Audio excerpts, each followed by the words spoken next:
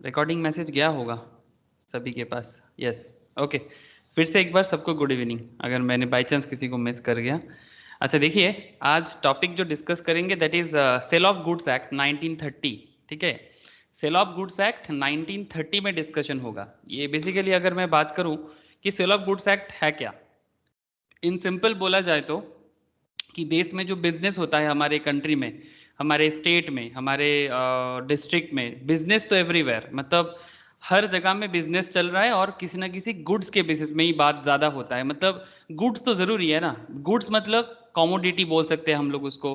बंगाली में बोले तो क्या बोले, जिनिस या द्रव्य इस तरह से भी बोलते हैं, या फिर जो प्रोडक्ट है। तो ये कोई भी प्रोडक्ट हम लोग आराम से एक जगह से दूसरा जगह, किसी को बाई करना है, किसी को, तो अगर कोई बाई कर रहा है तो उल्टा साइड में कोई सेल कर रहा है। तो पॉइंट इज दैट कि ये जो खरीदारी, मतलब ये जो बाइंग और सेलिंग का जो प्रोसेस चल रहा है, खरीदना और बेचने का जो प्रोसेस चलता है, इसको लॉ एक एक सुंदर सा नाम दिया है, एक एक्ट के अंदर इसको रखा है। इसका नाम देके रखा है सेल ऑफ गुड्स एक्ट। पहले ये एक्ट हम लोग एकदम starting, sale of goods act में स्टार्टिंग एरिया में हम लोगों ने इसके ऊपर एक बात किया था, दैट इज कि ये पहले कॉन्ट्रैक्ट एक्ट में होता था। मतलब पहले ना नॉर्मल बिजनेस को कॉन्ट्रैक्ट एक्ट में इंक्लूड किया गया था। मतलब 1872 कॉन्ट्रैक्ट एक्ट जो है, जो एक्चुअली ये सब एक्ट ब्रिटिश पीरियड के टाइम पे ही बना हुआ था। India after independence this kind of act को थोड़ा मॉडिफाई किया है, ऑब्वियसली अमेंडमेंट आया है, मॉडिफाई किया है, बट एक्ट का जो मेन एरिया है उसको चेंज नहीं किया। बिकॉज बिजनेस करने के लिए जितना ज़रूरी था मोर और लेस सेम ही है। अभी भी इंग्लैंड का लॉ, हमारे देश में जो बिजनेस का लॉ है, बहुत ज़्यादा फर्क नहीं है। बट हाँ, बहुत सारे जगह में चेंजेस हुआ है और समय टाइम टू टाइम अमेंडमेंट होता रहता है। तो कॉन्ट्रैक्ट एक्ट 1872 के अंदर बिजनेस में जो प्रोडक्ट का डीलिंग्स होता है, गुड्स का डीलिंग्स होता है, इसके बारे में पहले से ही सेल ऑफ गुड्स एक्ट को कॉन्ट्रैक्ट एक्ट में डील किया जाता था। बट जैसे जैसे बिजनेस एरिया कॉम्प्लेक्स बनता गया, आई होप आप लोगों को समझ आ रहा है, जैसे जैसे बिजनेस एरिया कॉम्प्लेक्स बनता गया, उसके साथ साथ इसको एक अलग से ना, इसके लिए एक अलग एक्ट बनाने का जरूरत पड़ गया। और तब से 1930 से इसको मैनेज किया जा रहा है। ऐसे बहुत सारा हिस्ट्री है, बट ज़्यादा हिस्ट्री में नहीं जाऊंगा, तब फिर हिस्ट्री में ही बातें हो जाएगा। मैं थोड़ा सा बस बेसिक इंट्रोडक्टरी कुछ पॉइंट्स था कि 1930 से सेल ऑफ गुड्स एक्ट को बनाया गया ताकि business all over the world हो या इंडिया के भी अंदर हो, कि प्रोडक्ट सेल करने को लेके क्या क्या रूल्स रेगुलेशंस है, मतलब इसमें लॉ क्या बोलते हैं, मतलब कब ओनरशिप कब मिलता है, ओनरशिप कब नहीं मिलता है। जैसे कि बहुत सारे हैं, एक एग्जांपल्स, एग्रीमेंट होता है, एग्रीमेंट टू सेल होता है। जैसे एक सिंपल बात करते हैं कि हम लोग इंस्टॉलमेंट में गाड़ी ये खरीदते हैं कि नहीं खरीदते हैं? कोई भी मुझे बता सकते हैं, इंस्टॉलमेंट में गाड़ी खरीदते हैं? आयुष बता। Yes sir. इंस्टॉलमेंट खरीदते हैं ना?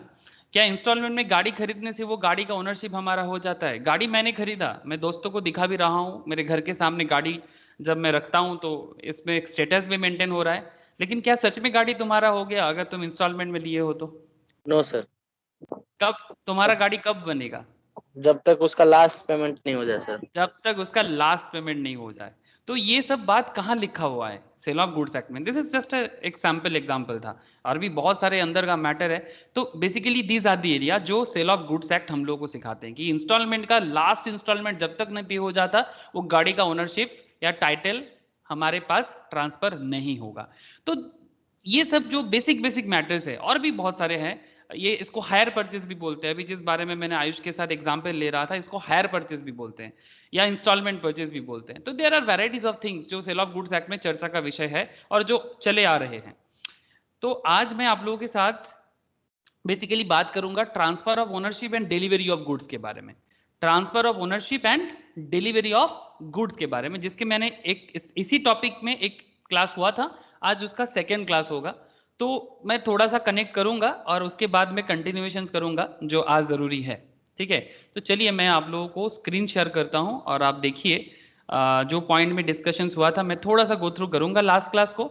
जिन लोगों का लास्ट क्लास नहीं हुआ है मैं उनको बैकअप क्लासेस प्रोवाइड कर दूंगा, तो फिर दिक्कत नहीं होगा, ऐसा नहीं लगेगा कि मेरा तो छूट गया। छूटने का कोई बात नहीं है, सब कुछ अवेलेबल है, और बाद में उसका कोई भी डाउट रहेगा तो भी क्लियरेंस हो जाएगा।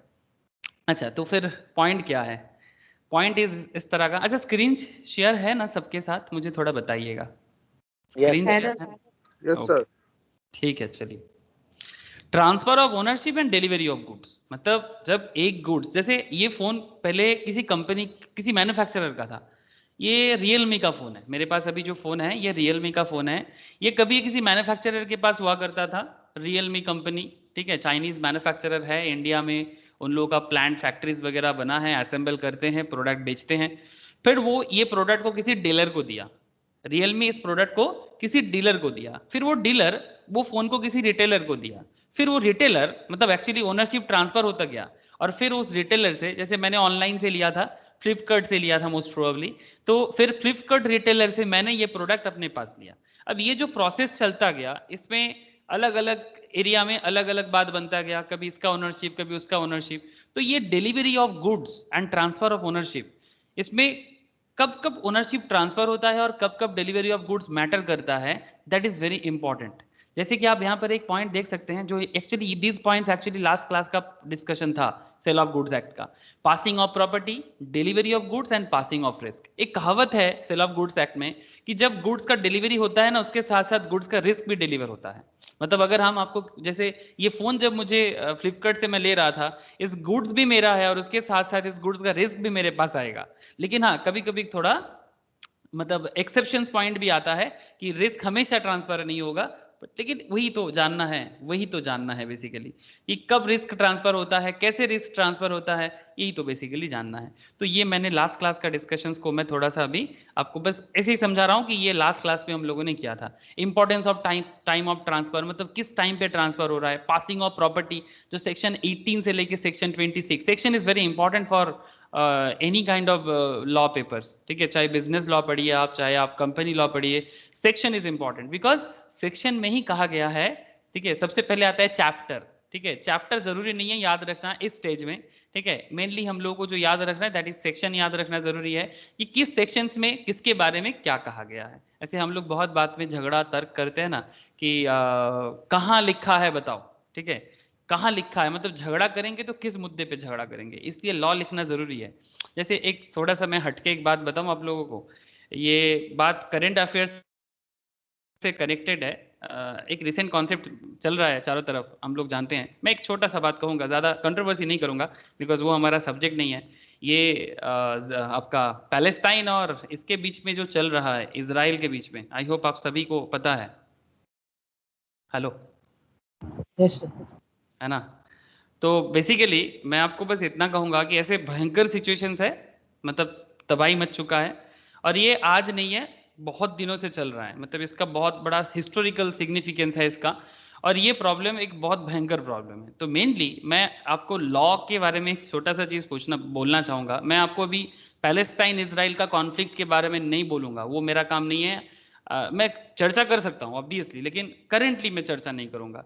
मैं बस इतना कहना चाहूँगा कि ये जो मतलब जो भी प्रॉब्लम है इन लोगों का, मतलब बेसिकली एक रिलीजियस एरिया था इन लोगों का, ठीक है, ये यहूदी, ठीक है, मतलब basically Jewish, Christian and Islam, इन तीनों के बीच में एक कन्फ्लिक्ट है। करंट कन्फ्लिक्ट में क्रिश्चियन नहीं है, ठीक है, बट क्रिश्चियन इसमें था, ठीक है। ज्यूइश और इस्लाम के बीच में मेनली कन्फ्लिक्ट पैदा हुआ है, और ये कन्फ्लिक्ट काफ़ी पुराना कन्फ्लिक्ट है। लेकिन बात यह है कि जब ये जिस पर्टिकुलर एरिया को लेके प्रॉब्लम हो रहा है, गाजा स्ट्रिप, ठीक है, इसको लेके जो प्रॉब्लम है, ये प्रॉब्लम का मेन प्रॉब्लम यही है कि ये जो एरिया, जिस एरिया को ये लोग अपना धर्म का स्थान बोल रहे हैं, दोनों क्लेम कर रहा है कि बस उस एरिया में मेरा क्लेम है, इस तरह को लेके अलग अलग प्रॉब्लम।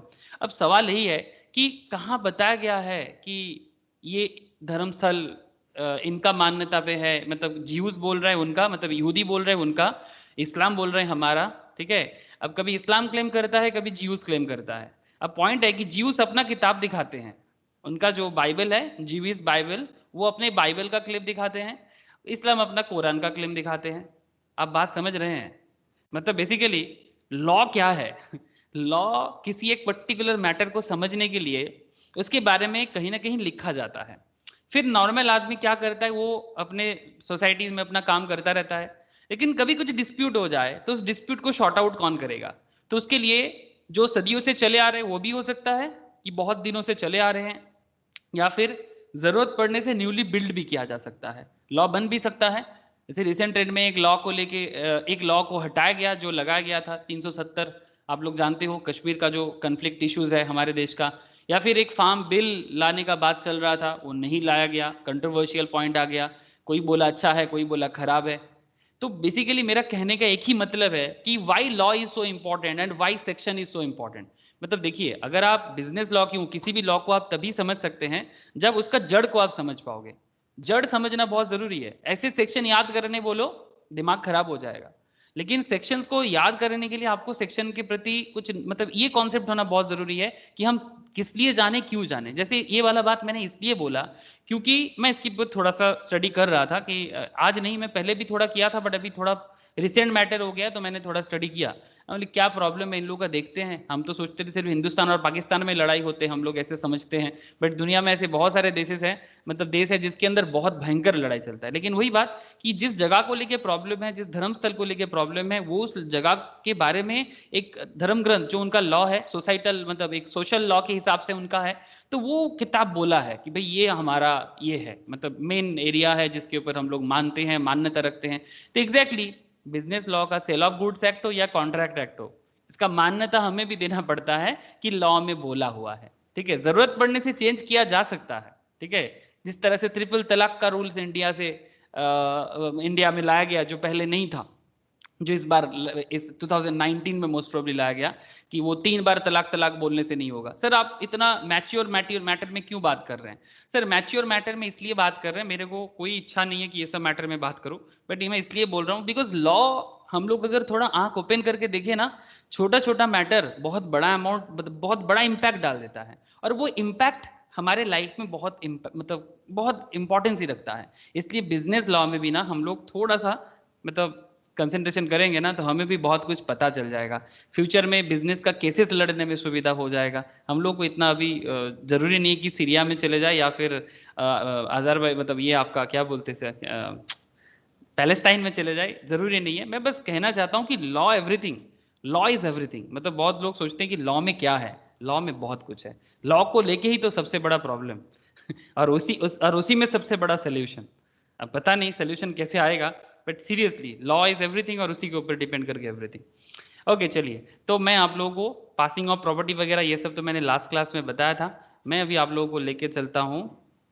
अच्छा, मैंने आप लोगों का ओपिनियन नहीं लिया किसी का कि भाई ये पॉइंट मतलब ये पैलेस्टाइन का मुद्दा, एक्चुअली इस मुद्दे पे बात नहीं करना है अभी हम लोगों को। मैं बस आप लोगों को लॉ का रीज़न बता रहा था कि वही लॉ ही है जिसको लेके ये कन्फ्लिक्शन चालू हुआ है इनके बीच में, पुराना कारण है। क्या मैंने सही बोला ना?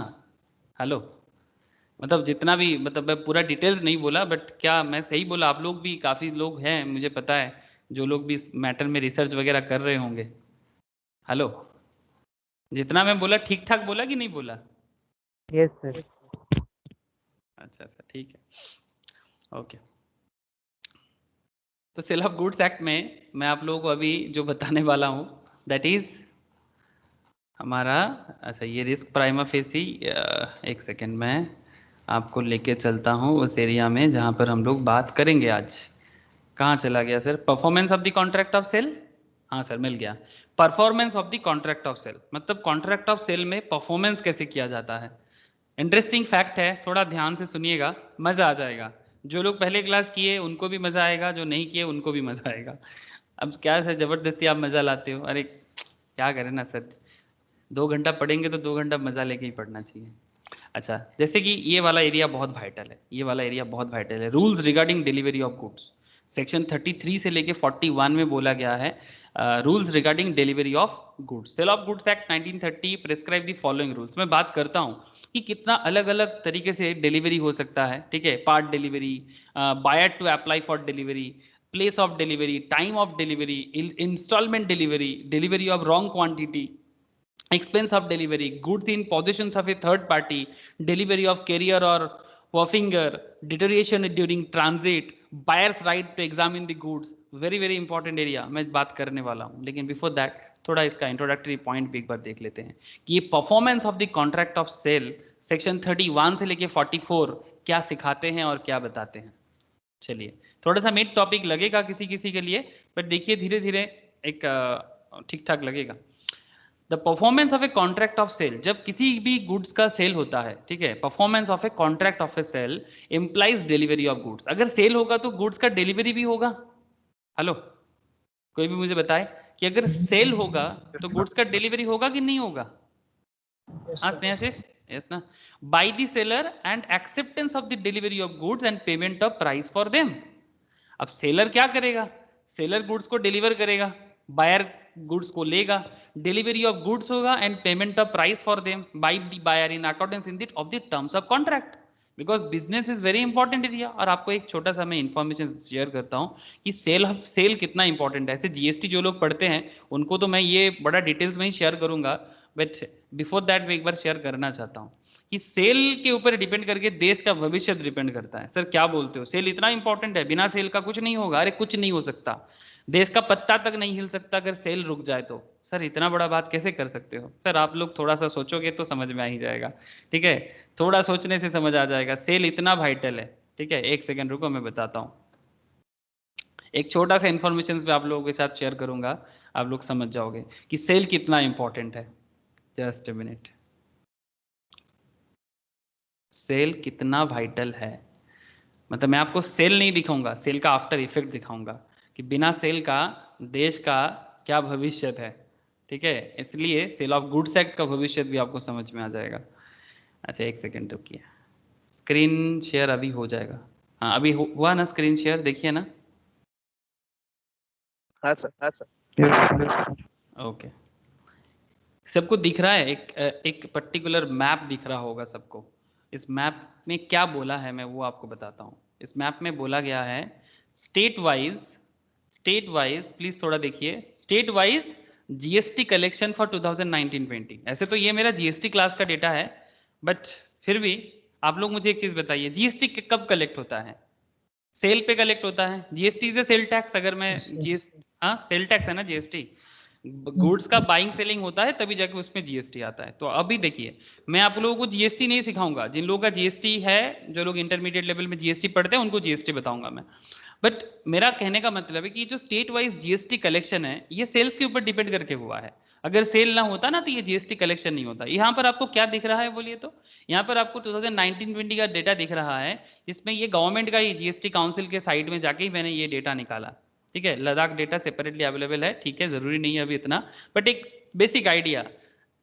सबसे ज्यादा जीएसटी मतलब GST state wise GST collection होता है किसके कारण? मतलब जिसका सेल ज्यादा उसका जीएसटी कलेक्शन ज्यादा, सिंपल बात है। जैसे अगर आप देखें कि महाराष्ट्र, गुजरात, कर्नाटका, ठीक है, जो बहुत ज्यादा डीपली है, ठीक है? वेस्ट बंगाल मीडियम कैटेगरी में आता है, 43,386 माई होम स्टेट। ये भी थोड़ा डीप में आ जाए मैं बड़ा खुश हो जाऊंगा। बट सर इसका मतलब है कि कौन सा स्टेट में कितना गुड्स का मूवमेंट होता है? गुड्स का मूवमेंट होता है, मूवमेंट मतलब सेल होता है। अब जो स्टेट जितना ज्यादा कंट्रीब्यूट कर पाएगा अपने बिजनेस लेवल में, देश के बिजनेस लेवल में, उसका डेवलपमेंट भी होगा, उसका इकोनॉमी को भी डेवलपमेंट मिलेगा। लेकिन हमारा point of study today's that is sale of goods. इसमें हम लोग मेनली बात करेंगे सेल ऑफ गुड्स पे। वो तो एक्ट है, लेकिन मैं इतना बोलना चाहता हूँ कि ये सेल इतना वाइटल क्यों है? बिकॉज सेल होगा तब ना जाके सरकार के पास पैसा आएगा, चाहे वो वेस्ट बंगाल गवर्नमेंट हो चाहे वो गुजरात गवर्नमेंट हो। गुजरात और वेस्ट बंगाल में बहुत फर्क है, इसका आप देख सकते हैं। 78,000 साइज मोर और लेस सेम है, थोड़ा सा गुजरात में भी थोड़ा बड़ा होगा। 78,923 करोड़ का इसका जीएसटी कलेक्शन है, और वेस्ट बंगाल का 43,000, आधा के आसपास है। महाराष्ट्र बड़ा है बट बड़ा जैसा अपना काम भी किया। उत्तर प्रदेश बहुत बड़ा है बट हालत अच्छा नहीं है सर। इतना बड़ा स्टेट का जीएसटी कलेक्शन सिर्फ 65,000, बहुत खराब बात है। बिहार का हालत भी अच्छा नहीं है, इतना बड़ा स्टेट है। झारखंड थोड़ा सा इसका अलग कारण है, बिकॉज नेचुरल रिसोर्सेज है बहुत, तो इसका अलग रीजन है। छत्तीसगढ़ का भी अलग प्रॉब्लम, माविस्ट एरिया है।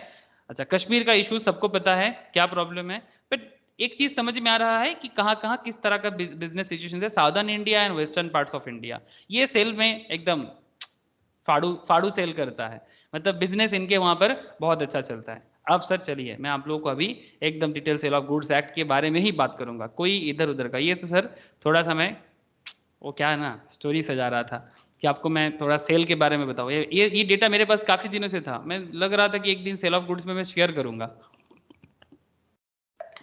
रोज भूल जाता हूँ। जीएसटी में बताने के वजह से मैं भूल जाता हूँ कि सेल इसमें भी एक बार बता देना चाहिए। Okay. The performance of a contract of sale implies delivery of goods by the seller and acceptance of the delivery of goods and payment of price for them by the buyer in accordance of the terms of contract. अब definition of delivery क्या है? अब cell तो समझ गए आप लोग, अब डिलीवरी समझ लीजिए। Section 2 subsection 2 of sale of goods act delivery के बारे में क्या बताते हैं? डिलीवरी के बारे में क्या बताते हैं? Delivery means voluntary transfer of positions from one person to another. हाँ, सेल हुआ है तो आपको ट्रांसफर करना पड़ेगा। ऐसा थोड़ी ना है कि सेल करने के बाद बोलेंगे अरे नहीं नहीं पैसा मिल गया ठीक है लेकिन डिलीवरी नहीं करेंगे, ऐसा तो नहीं बोल सकते। For delivery physical position is not important. Delivery में फिजिकल पोजीशंस इंपॉर्टेंट नहीं है, प्लीज बात को समझिए। अगर आपने कोई गुड्स किसी को सेल कर दिया, वो उसका ओनरशिप उस पर चला गया, लेकिन अगर उसने भी आपको पेमेंट कर दिया, एक बायर है और एक सेलर है, दोनों के बीच में कॉन्ट्रैक्ट बना गुड्स का, ये बायर है, ठीक है, ये बायर है और एक सेलर है। मेरे ड्राइंग पे जितना हंसना है हंस लीजिए, कोई दिक्कत नहीं है, बस ओनली फॉर अंडरस्टैंडिंग पर्पस। ऐसे मेरा ड्राइंग वर्ल्ड क्लास है, ऐसा ड्राइंग दुनिया में ढूंढने से भी नहीं मिलेगा। ये सेलर है। अब सेलर बायर को प्रोडक्ट क्या कर रहा है? बेच रहा है। बायर उसको क्या करेगा? एक्सेप्ट करेगा, पर बदले में इसको पेमेंट भी करना होगा। सिंपल बात है, सेलर प्रोडक्ट देगा, बायर इसको पेमेंट करेगा। लेकिन पॉइंट इज दैट जो गुड्स है इसका फिजिकल पोजीशन ट्रांसफर होना मैंडेटरी नहीं है। इसका बहुत सारा एग्जाम्पल है, मैं आगे आगे एग्जाम्पल्स बहुत सारा दूंगा, लेकिन पहले थोड़ा सा समझ लेते हैं। The buyer should be placed in a position so that he can exercise his right over the goods.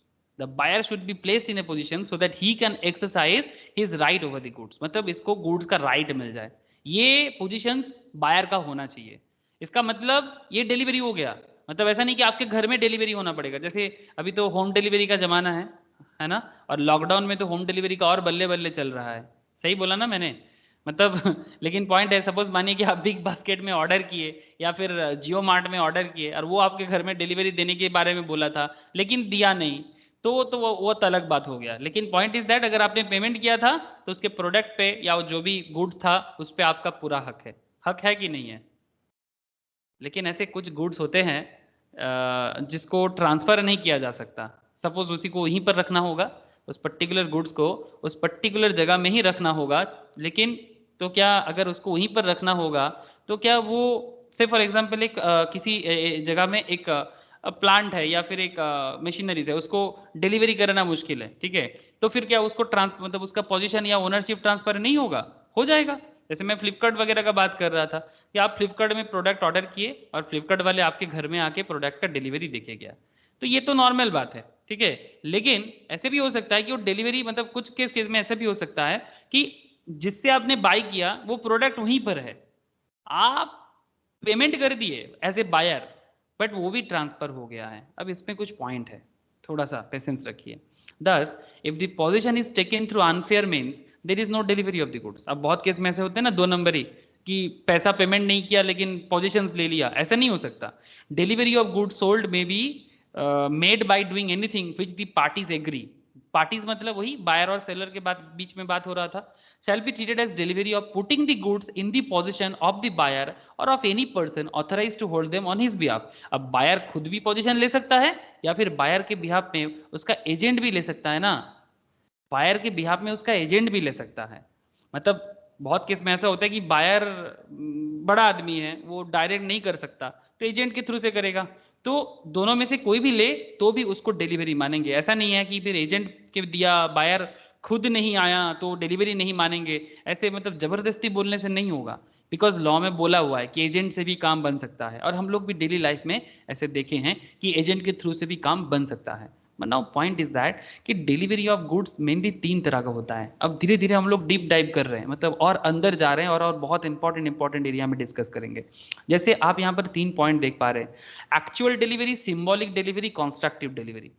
Actual delivery, symbolic delivery, constructive delivery.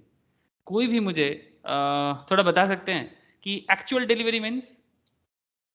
Anyone, जिसको मर्जी, आयन बोल सकते हो, विशाल बोल सकते हो, एक्चुअल ट्रांसफर फिजिकली ट्रांसफर करा गुड्स फ्रॉम द मतलब सेलर। मतलब फ्लिपकार्ट का डिलीवरी। हाँ हाँ हाँ, सपोज हमने फ्लिपकार्ट में ऑर्डर किया था, से फॉर एग्जांपल मैंने ये वॉशिंग मशीन ऑर्डर किया फ्लिपकार्ट में, फ्लिपकार्ट मेरे घर में वॉशिंग मशीन जितना दिन में अंदर बोला उसके अंदर वो जाके डिलीवरी कर दिया। ऐसे कितना दिन में बोल रहा है ये? कुछ बोला यहाँ पर? किसी को दिख रहा है कितना दिन में डिलीवरी करेगा? मेरे एड्रेस पे डिलीवरी करेगा बोल रहा है बाई 31 मई, मंडे को 31 मई तक ये हमारे घर में डिलीवरी कर देगा मेरे एड्रेस पे 700101, जहाँ पर मैं रहता हूँ करेंटली कोलकाता में। तो अब पॉइंट इज दैट कि दिस इज एक्चुअल डिलीवरी होगा जब जिस दिन ये हमारे घर में इसको डिलीवरी करके जाएगा। बट यहाँ पर एक दूसरा पॉइंट था, यहाँ पर एक दूसरा पॉइंट था। कोई मुझे बता सकते हैं सिंबॉलिक डिलीवरी क्या हो सकता है? बस मैं आइडिया जनरेट करना चाहता हूँ। अगर कोई सच सही बता दे तो बहुत अच्छा बात है, नहीं बताए तो भी कोई दिक्कत नहीं। ट्रांसफर ऑफ प्रॉपर्टी, जैसे कि ऐसे देखिए सेल ऑफ गुड्स है, ट्रांसफर ऑफ प्रॉपर्टी का अलग एक्ट होता है, वो प्रॉपर्टी एक्ट अलग होता है। मतलब जैसे बिल्डिंग बेचना हमारा इस सेल ऑफ गुड्स एक्ट का अंदर में नहीं आता, ठीक है। लेकिन तो प्रॉपर्टी ट्रांसफर कर रहे हैं, ठीक है, मैं मान रहा हूँ कि कोई प्रॉपर्टी है, लेकिन सिंबॉलिक डिलीवरी कैसे हुआ तो समझा दे थोड़ा मुझे।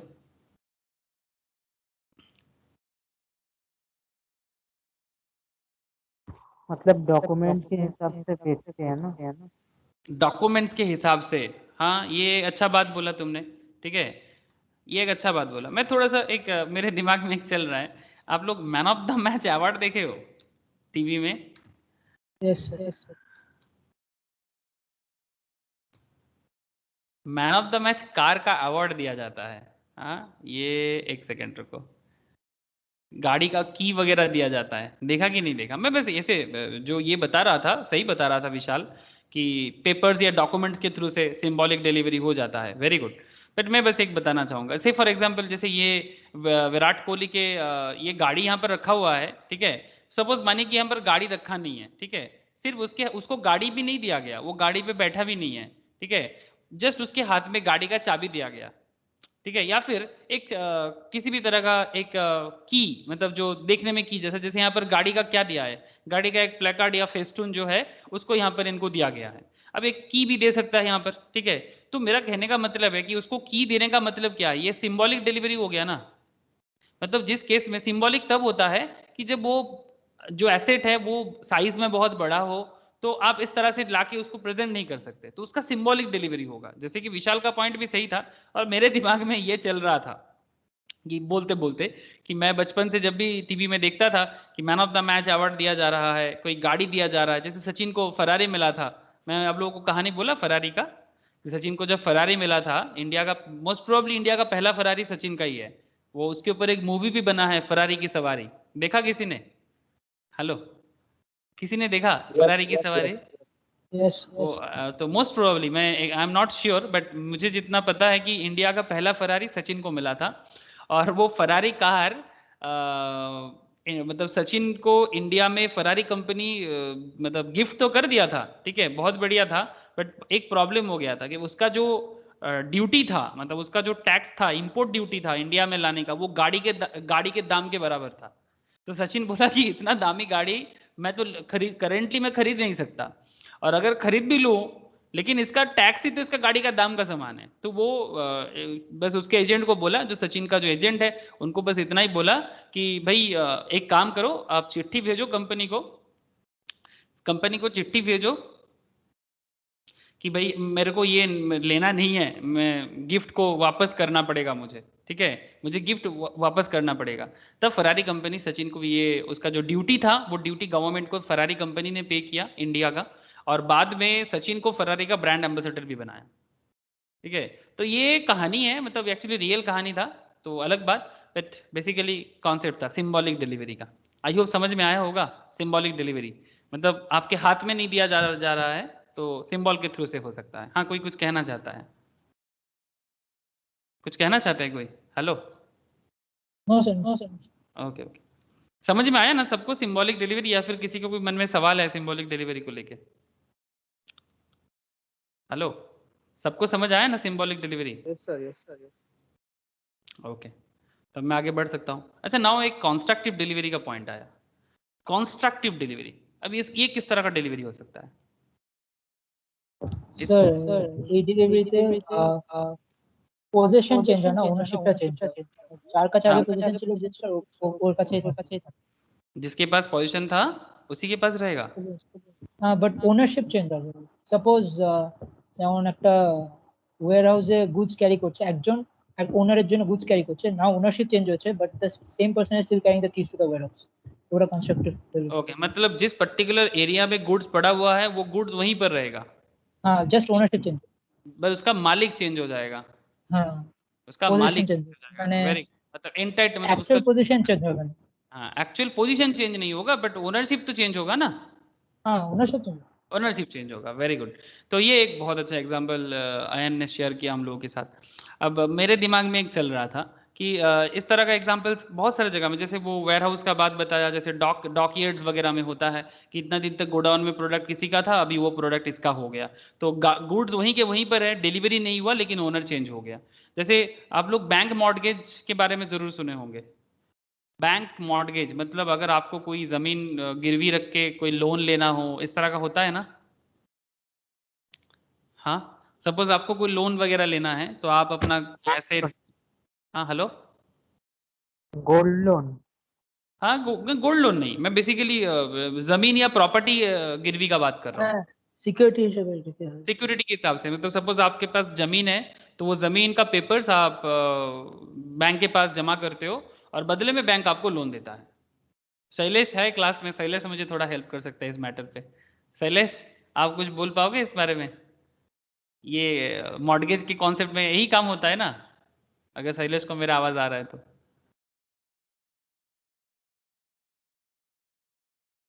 पता नहीं, शैलेश को आवाज़ नहीं आया शायद। अच्छा ठीक है, तो कॉन्स्ट्रक्टिव डिलीवरी में क्या होता है कि सपोज मानिए कि वो जो ज़मीन था, वो ज़मीन आपने बैंक के पास मॉर्गेज रखा, अगर आपने टाइम पे पेमेंट कर दिया तो वो ज़मीन आपका हो जाएगा। लेकिन पॉइंट है कि ये जो डिलीवरी आपने बैंक के पास जमा किया, तो क्या आप ज़मीन हाथ में उठा के लेके गए थे कि बैंक लो मेरा ज़मीन और बदले में मुझे लोन दे दो? हाँ सर, आपने जो लैंड मॉर्गेज किया था बैंक के पास, तो क्या आप हाथ में उठा के लेके गए थे? नहीं सर। नहीं ना सर। तो आप क्या किए थे? से फॉर एग्जाम्पल ये ज़मीन है आपका, लैंड मॉर्गेज है, ये देखो बैंक आके यहाँ पर ना अपना कुछ करके जाएगा कि ये बैंक का करेंटली बैंक के होल्डिंग में है, ठीक है। तो मेरे को याद आ रहा है कि एक ऐसे प्रॉपर्टी में मैं ऑडिट का काम करने जाता था, एक जूट मिल था। तो उस जूट मिल में, वो जूट मिल बहुत दिन काम हो गया, वो बाद में वो एक्चुअली एक इलेक्ट्रिसिटी बोर्ड का एक ऑडिट था।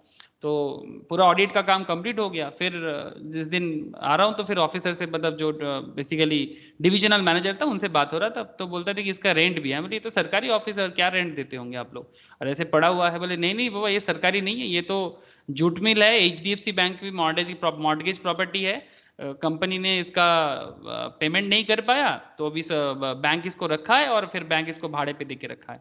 मतलब अभी वो प्रॉपर्टी जूट मिल का नहीं है, अभी भी वो प्रॉपर्टी अभी HDFC बैंक का हो गया है। और नोईहाटी के पास एक था, मुझे जितना अभी याद आ रहा है, तो अभी बैंक के पास है। अब बैंक उसको क्या कर रहा है कि उसको भाड़े पे रखा है। वो कर सकता है बैंक, मैं जितना जानता हूँ।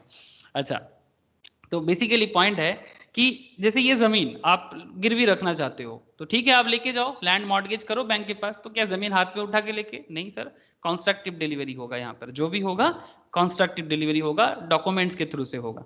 तो ये सब कुछ मतलब रियल लाइफ एग्जाम्पल्स था जो हम लोग बात कर सकते हैं। और भी बहुत बात हो सकता है, बट आई होप इतना काफ़ी है जितना हुआ है। तो actual delivery, symbolic delivery, constructive delivery, बहुत तरह का डिलीवरी होता है सेल ऑफ गुड्स में। Duties of seller and buyer, section 31, it is the duty of the seller to deliver the goods. Obviously जो सेल करेगा उसका ड्यूटी है, and of the buyer to accept and pay for them exactly in accordance with the terms of the contract of sale. कहाँ लिखा है? Section 31 में लिखा हुआ है, 1930 सेल ऑफ गुड्स एक्ट में लिखा हुआ है। जयदीप समझ में आ रहा है? जयदीप बुझते पाচ্ছিস? जयदीप? हाँ सर। ओके ठीक है सर। तेरे को समझ में आ रहा है, मतलब सबको समझ आ रहा है। क्यों? क्योंकि तू छोटा है अभी। विश्वजीत को समझ आ रहा है? विश्वजीत? Yes sir. हाँ चलो सर, आप लोगों को समझ आ रहा है, मतलब सबको समझ आ जाएगा। अच्छा फिर भी किसी को दिक्कत है तो बोलिएगा। अच्छा, duties of seller and buyer. अच्छा, payment and delivery are concurrent conditions. Please try to understand. Section 32. Payment and delivery are concurrent conditions unless otherwise agreed. अगर पहले से कुछ नहीं बोला है, delivery of the goods and payment of the price are concurrent conditions. That is to say, the seller shall be ready and willing to give possessions of the goods to the buyer in exchange for the price, and the buyer shall be ready and willing to pay the price in exchange of the possession of the goods. मतलब भाई हाथों हाथ काम करना है, तुम मुझे goods दो, मैं तुम्हें पैसा दूंगा, मैं तुम्हें पैसा दूंगा, तुम मुझे गुड्स देना, लाइक सुभाष चंद्र बोस जैसा बात, ठीक है। तुम मुझे मैं तुम्हें आज़ादी दे दूंगा, बदले में तुम मुझे खून दे दो। हाँ, मतलब जरूरत पड़ने से भारत के लिए लड़ो और भारत को, ब्रिटिश को मार के भगाओ, ठीक है। ये गांधीगिरी नहीं, गांधीगिरी नहीं, सब कुछ सह के कोई फायदा नहीं हुआ। बस क्या हो गया भारत में, आप लोगों को पसंद है कि नहीं I don't know, but seriously Bharat में क्या हुआ, पावर का ट्रांसफर हो गया, मतलब जहां था वही रह गया। सुभाष बोस का लीडरशिप में भारत लड़ता ना, तो गुड्स का पोजीशंस भी चेंज हो जाता और एक अलग ही लेवल का ओनरशिप मिलता। दिस इज, मैं पूरा मानता हूँ। बस सुभाष जी थोड़ा सा और थोड़ा सा चाणक्य नीति लगा लेता। कोई बात नहीं, आई होप थोड़ा बहुत समझ में आ गया आपको। अच्छा, rules regarding delivery of goods, section 33 से 41, सेक्शन 33 से 41 में rules regarding delivery of goods के बारे में कहा गया है। सेल ऑफ गुड्स, इसके बारे में मैं स्टार्टिंग में ही बात कर रहा था ना, एकदम स्टार्टिंग में ही, कि इतना तरह का डिलीवरी ऑफ गुड्स का रूल है, जैसे part delivery, buyer to apply for delivery. चलिए एक एक करके बात करते हैं, एक एक करके बात करते हैं। जैसे sale of goods act 1930 prescribe the following rules of delivery of goods. तो देखते हैं क्या बोलते हैं डिलीवरी ऑफ गुड्स में। डिलीवरी सेक्शन 33 में बोला है, डिलीवरी हैज, याद रखना है सेक्शन, यस याद रखना है सेक्शन।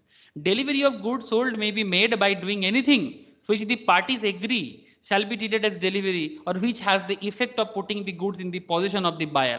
मतलब सेलर को सेल करना है और उस सेल करने के बाद बायर के पोजीशंस में गुड्स होना जरूरी है, और any person authorise to hold them on his behalf. ये पहले भी बोल चुके हैं, लेकिन डिलीवरी को सेक्शन 33 इस तरह से बोला है।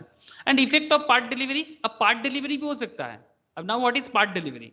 Delivery of part of goods, पूरा गुड्स नहीं जा रहा है, कुछ पार्ट जा रहा है। In progress of the delivery of the whole has the same effect for the purpose of passing of the property in such goods as a delivery of the whole but a delivery of part of the goods with an intention of serving it from the whole does not operate as a delivery of the remainder। Section 34 बताते हैं इसको ना, थोड़ा example के through से समझते हैं, थोड़ा ज्यादा समझ आ जाएगा। सर्टेन गुड्स, एग्जाम्पल 20 देखिए, certain goods lying at where sold in a lot. Basically इसको डॉक समझिए, ठीक है। ये इंग्लिश बड़ा फनी लैंग्वेज है, अलग अलग नाम पे 5-10 बना लेता है। Certain goods lying at a wharf were sold in a lot, मतलब बेसिकली डॉक है। ये किस तरह का देखने में होता है मैं दिखाता हूँ। मतलब ना, जैसे मुझे, अगर आप कभी डायमंड हार्बर या फिर डॉक में गए हो ना कभी, से फॉर एग्जाम्पल हल्दिया डॉक, ठीक है, ऐसे देखने में होता है। मतलब ना, मेन जो नदी या समुद्र का किनारा है उससे थोड़ा दूर जाना पड़ता है, जहां पर बड़े बड़े जहाज जाके मतलब अपने आप को बेसिकली स्टैंड कर सकता है, ठीक है, स्टैंडिंग कर सकता है। इस तरह का होगा, इस तरह का देखने में होता है वर्ड।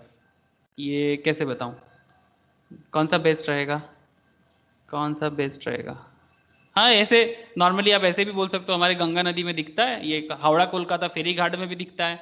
आपको थोड़ा जाना पड़ेगा और उसके बाद आपको, मतलब जिस एरिया से आप ले सकते हो, ये इस तरह का ना, जो बेसिकली क्या बताऊं, मतलब गुड्स कॉमर्शियल एरिया के लिए जो डॉक बनता है, उसमें क्या होता है ना, थोड़ा सा मतलब मेन जो तीर होता है, मतलब मेन जो सोर होता है, सोर से थोड़ा दूर में जाके एक ब्रिज के थ्रू से जाके वहां पर एक गोडाउन वगैरह बना रहता है, तो उसी को यहाँ पर बोल रहे हैं डॉक बेसिकली। तो चलिए कोई बात नहीं, समझ में आ गया, इतना काफी है। अच्छा, certain goods lying at dock sold in a lot, ठीक है, लॉट में सेल होगा, इसको सोल्ड होगा पर लॉट में, मतलब एक एक लॉट करके अलग अलग लॉट में सेल होगा। द सेलर इंस्ट्रक्टेड दी वो फिंगर टू डिलीवर देम। वो फिंगर क्यों बोल रहे हैं? बिकॉज एक्चुअली ना ये शिप बिजनेस में ये इनका बड़ा नाम यूज होता है, इसको वॉफ बोलते हैं, ठीक है, वो फिंगर। तो ये वो फिंगर क्या करते हैं, डिलीवर टू द बायर, मतलब जिसके अंडर पे वो डॉक का रेस्पॉन्सिबिलिटी है, उस पर्टिकुलर गोडाउन या वो फिंगर का, जिसके हाथ में जिसका मतलब लाइसेंस है या रेस्पॉन्सिबिलिटीज है, वो डिलीवर करेगा किसको, जो गुड्स लेगा, to the buyer who had paid for them and the buyer thereafter accepted them and took away part held there was delivery of the whole. मतलब बेसिकली गुड्स एक एक करके लॉट में जाएगा। सपोज मानिए कि वहां पर 10 लॉट है। अब लॉट समझते हो, लॉट के बारे में क्या बताऊं मैं आपको, चलिए आपको मैं ना टिम्बर लॉट दिखाता हूँ। मेरे घर पे फैमिली बिजनेस है पापा का, बचपन से देखते आते हो, लॉट लॉट सुन के ना दिमाग खराब हो गया बचपन से। लॉट में क्या होता है, सपोज आपने ना किसी एक जगह में, जैसे पापा नॉर्मली ना गवर्नमेंट ऑफ वेस्ट बंगाल के फॉरेस्ट मर्चेंट का काम करते हैं, ठीक है। जैसे ये शहर में लकड़ी का ज़रूरत होता है ना, तो फॉरेस्ट मर्चेंट में ऑक्शन करके लिया जाता है। मैं आपको दिखाता हूँ, वेस्ट बंगाल फॉरेस्ट ऑक्शन, ठीक है। जस्ट मैं दिखाता हूँ बिकॉज पापा के लिए कभी कभी जब मैं घर में रहता हूँ तो करना पड़ता है। फॉरेस्ट डिपार्ट ऑक्शन, तो लॉट में क्या होता है मैं आपको वही बता रहा हूँ। हाँ, ये बेसिकली आप यहाँ पर लकड़ी का इमेज देख रहे हैं। हेलो, क्या आपको ये दिख रहा है? इसको पोल बोलते हैं, लेकिन आप यहाँ पर देखिए ये एक लॉट है। समझ रहे हैं ना सब कोई? मतलब जब कोई बिजनेसमैन एक लॉट को परचेस करता है ना, तो पूरा का पूरा लॉट ना एक ही बार में वो खाली नहीं कर लेगा, टाइम लगेगा। गाड़ी आएगा, लोड करेगा, अपनी जगह में पहुंचेगा। मतलब ये एक्चुअली मैं अपने घर में बचपन से देख के आ रहा हूँ, तो इसलिए बोल रहा हूँ। बिकॉज ये लॉट पापा जब परचेस कर लेता है ना गवर्नमेंट ऑफ वेस्ट बंगाल के जो मर्चेंट का जो लाइसेंस के थ्रू से, तो उसके बाद वो लॉट वहाँ पर पड़ा रहता है। कई कई बार तो ऐसे होते हैं कि 3 महीना 4 महीना तक पड़ा रहता है। हाँ, भाड़ा भी देना पड़ता है, ज़्यादा देर तक रहने से 3 मंथ 4 मंथ रहने से आपको रेंट भी चुकाना पड़ता है, ठीक है। घर का एग्जाम्पल था इसलिए मुझे जल्दी याद आ गया। मैं डॉग का एग्जाम्पल, मेरे घर में कोई डॉग में नहीं है, तो इसलिए मैं सोचा कि भाई घर वाला एग्जाम्पल दे देते आपको समझ आ जाएगा। तो 3 मंथ 4 मंथ आपका गुड्स पड़ा रह सकता है। सपोज यहाँ पर आपका 5 लॉट था, आप 5 लॉट में से 2 लॉट, जैसे पापा क्या करते हैं नॉर्मली कलकत्ता भेजते हैं या फिर दुर्गापुर या आसनसोल में भेजते हैं। तो अगर कलकत्ता भेजा पापा ने, तो 5 लॉट में से 2 लॉट भेज दिया, अभी भी 3 लॉट पापा का कहाँ पड़ा हुआ है? वहीं पर जहाँ से, जैसे हम लोग यहाँ पर क्या देख रहे थे, वो फिंगर के पास पड़ा रहता। लेकिन अगर 1 लॉट सेल हो गया, मतलब 10 लॉट, मतलब लॉट सेल हो गया मतलब पूरा सेल हो गया, ठीक है। मतलब उसका पूरा डिलीवरी हो चुका है, ये मानना पड़ेगा। अगर वो वहां पर फिर भी पड़ा हुआ है 3 महीना 4 महीना, इसका मतलब ये नहीं आप समझिएगा कि वो सेल नहीं हुआ है। आप लोगों को ये वाला एग्जाम्पल समझ में आया ना? हेलो, एग्जाम्पल समझ में आ गया ना? यहाँ पर आपके पास यस वो सर। फिंगर का था और मैंने थोड़ा लकड़ी वाला भी दे दिया, ठीक है। तो आई होप दोनों कॉन्सेप्ट से ये क्लियर है। मतलब लॉट खरीदना मतलब आप बाद में भी उस लॉट को उठा सकते हो, तो पार्ट में लो या पूरा लो, लॉट में लेना मतलब पूरा हो गया। Okay, buyer to apply for delivery. ना what is buyer to apply for delivery? Section 35 बोलते हैं, apart from any express contract. Express मतलब बोलना पड़ेगा। एक्सप्रेस मतलब जल्दी में नहीं होगा, एक्सप्रेस मतलब बोलना पड़ेगा, ठीक है। एक्सप्रेस योर सेल्फ, ठीक है।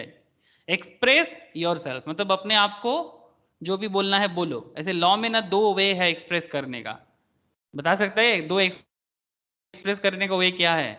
आयन, क्या है एक्सप्रेस का वे? ओरल और रिटर्न। Written, thank you. या तो ओरली बोलो या तो रिटर्न में बोलो, ठीक है। Apart from any express contract, अगर बोला गया है पहले से तो ठीक है, ठीक है। अगर कुछ नहीं बोला, the seller of the goods is not bound to deliver them until the buyer applies for delivery. बात समझ में आ रहा है? मतलब जब तक बायर नहीं बोलेगा तब तक सेलर उसके घर पे डिलीवरी नहीं कर पाएगा। जहां पर भी वो बोलेगा ना कहाँ होगा क्या होगा, ठीक है, इस तरह से बोल रहे हैं। Apart from any express contract, कि कहाँ गाड़ी जाके खाली करेगा, किस किस जगह में होगा, अगर पहले से बोला हुआ तो ठीक है। लेकिन otherwise not bound to deliver them until the buyer applies for delivery. उसको अप्लाई के लिए बोलना पड़ेगा, ठीक। जैसे हम लोग यहाँ पर बोलते हैं ना, फ्लिपकार्ट में चलते हैं, ये देखिए हम लोग ये बहुत रेगुलर बेसिस में चेक करते हैं। कोई भी प्रोडक्ट को देखते हैं ना, से फॉर एग्जांपल ये मेरा कोलकाता का एड्रेस है, मैं अगर नेटिव में भेजना चाहूँ तो मैं देखूंगा कि क्या मेरे नेटिव में ये डिलीवरी दे रहा है, ठीक है। ये मेरा नेटिव का एड्रेस है झाड़ग्राम, मतलब ये आपका झाड़ग्राम डिस्ट्रिक्ट में, मिदनापुर था पहले, अभी झाड़ग्राम एकदम वेस्ट बंगाल का वेस्ट पार्ट में है, ठीक है।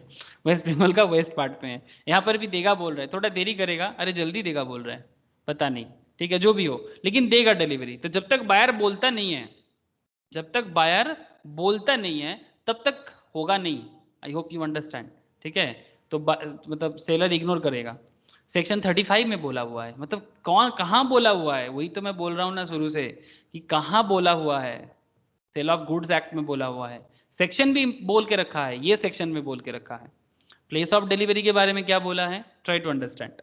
Whether it is for the buyer to take possession of the goods or for the seller to send them to the buyer in a question depending in each case on the contract, express or implied। express मतलब जैसे मैंने आपको बोला कि या तो आप orally बोल दो या तो आप रिटर्न में बोल दो। implied मतलब क्या हो जाएगा, अरे लो मान लिया हमने।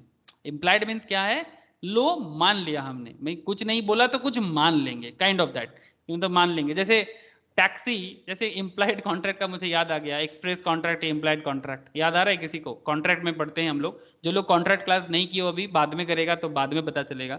जैसे टैक्सी वाले, कोलकाता का जो येलो टैक्सी है, ये क्या चिल्लाता है रास्ते में कि भाई हावड़ा हावड़ा हावड़ा करते हैं क्या? सर्टेल के केस अलग होता है, बट नॉर्मल केस में टैक्सी वाले को भी चिल्लाते हैं क्या? No, असल sir. में, लेकिन फिर भी हम लोग टैक्सी को किसी भी एरिया में खड़े करते हैं और उसको बोलते हैं कि भाई चलो।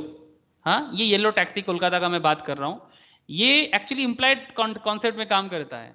ये टैक्सी है कोलकाता जुरिस्डिक्शन का, जहाँ जहाँ कोलकाता का कोड है, मतलब जिस जगह के ऊपर कोलकाता लिखा हुआ है, and to some extent Howrah and Hooghly का कुछ एरिया, ठीक है, जो एक्चुअली जुरिस्डिक्शन, मतलब मेगा सिटी कोलकाता, एक सिंपल बोला जाए ना सर, हावड़ा हुगली और कोलकाता एरिया जो है ना, वो मेगा सिटी कोलकाता के अंदर आता है। सर क्या बात कर रहे हो, मतलब कितना बड़ा जगह है कोलकाता, मेगा सिटी बहुत बड़ा है, कोलकाता मेगा सिटी बहुत बड़ा है।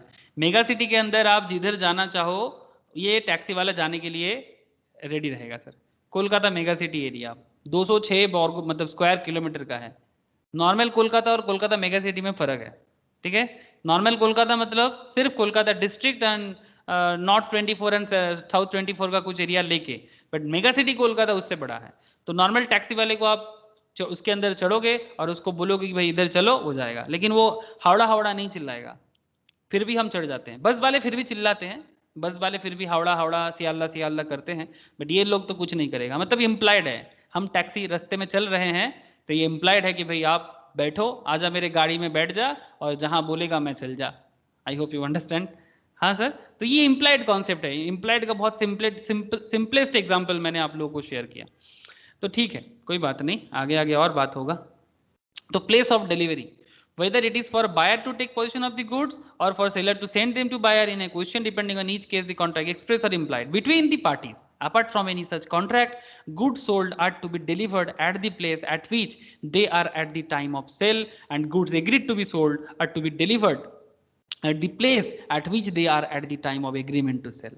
मतलब या तो सेल के टाइम पे या तो agreement to sell. Agreement to sell मतलब फ्यूचर, एग्रीमेंट टू सेल मतलब अभी बात, मतलब अभी सेल हुआ नहीं है, फ्यूचर में होगा।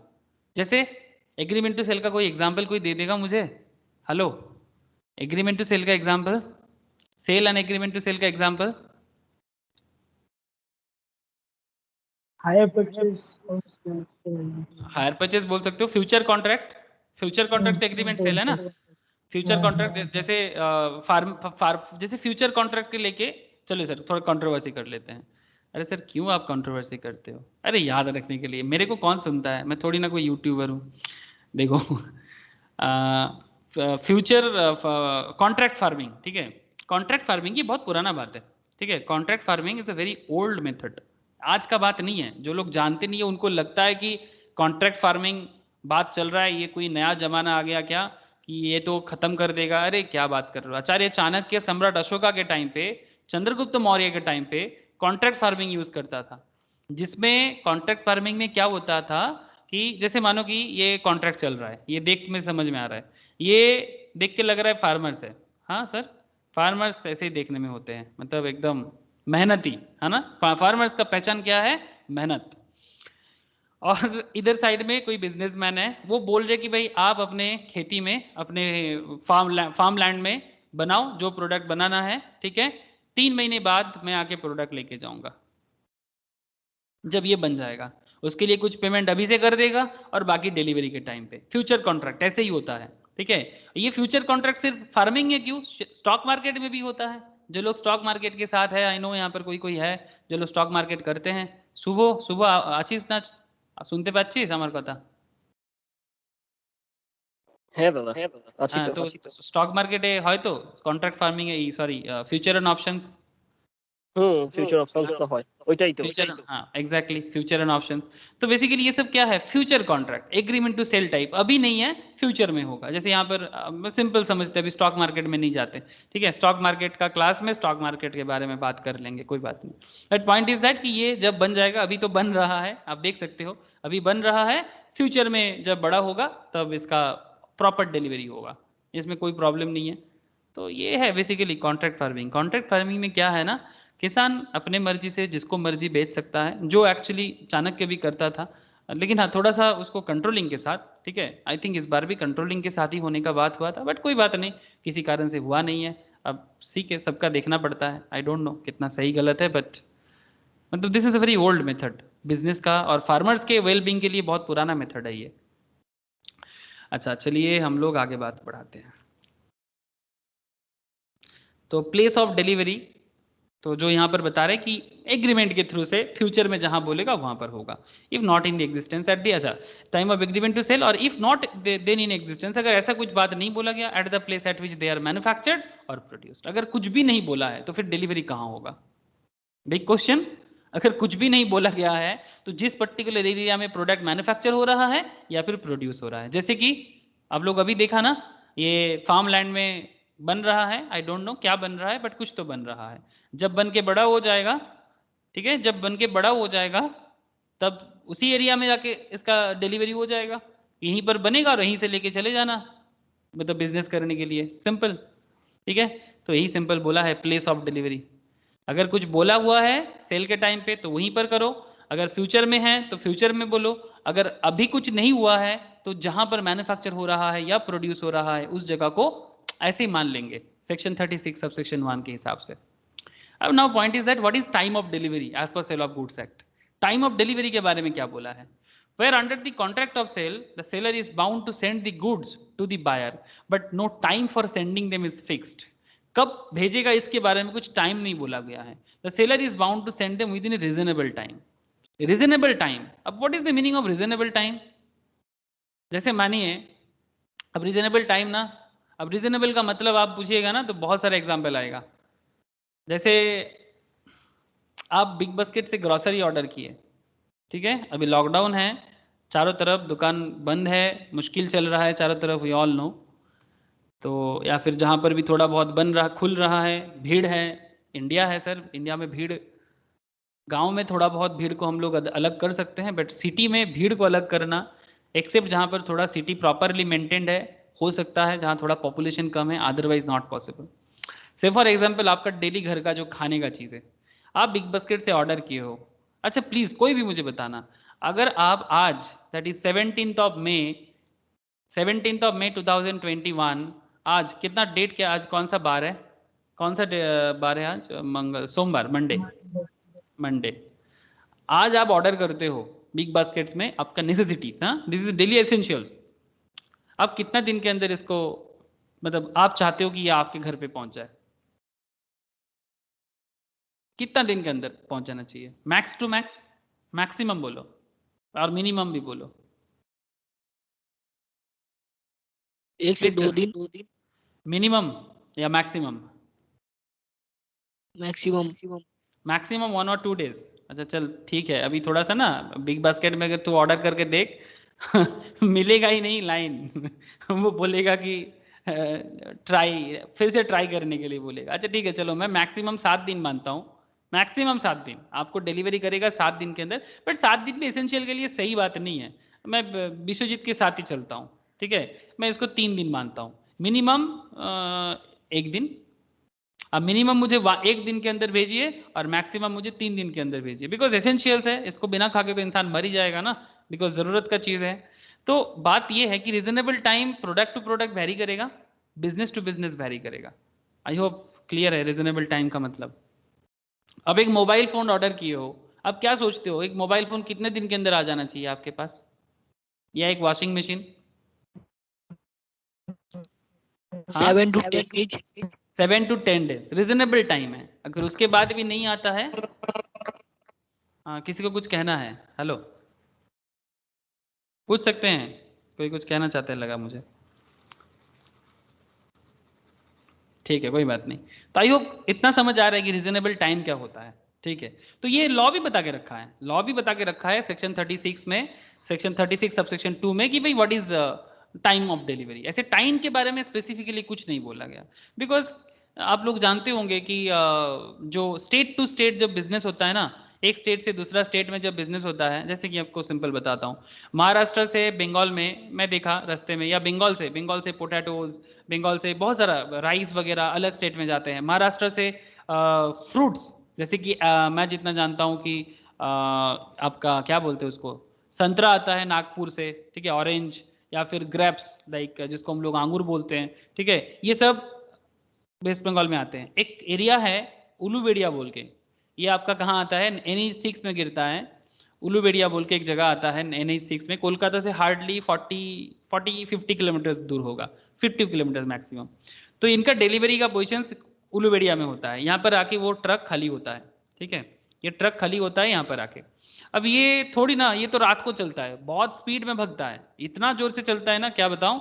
मैं तो इतना भी सुना हूँ किसी किसी से कि वो लोग स्टीयरिंग में पैर ही नहीं रखता, स्टीयरिंग के अंदर ना बड़ा बड़ा मोटा मोटा ब्रिक्स रख देता है, ब्रिक्स समझते हो ना, ईटा, ईटा रख देता है स्टीयरिंग पे, सिर्फ सॉरी मतलब एक्सेलेटर पे, और उनके हाथ पे सिर्फ स्टीयरिंग होता है। इतना फास्ट, क्योंकि जितना जल्दी पहुंचेगा उसके ऊपर उनको कमीशन मिलता है पर घंटे के हिसाब से, मैं जितना जानता हूँ 10,000 समथिंग इस तरह का कमीशन मिलता है।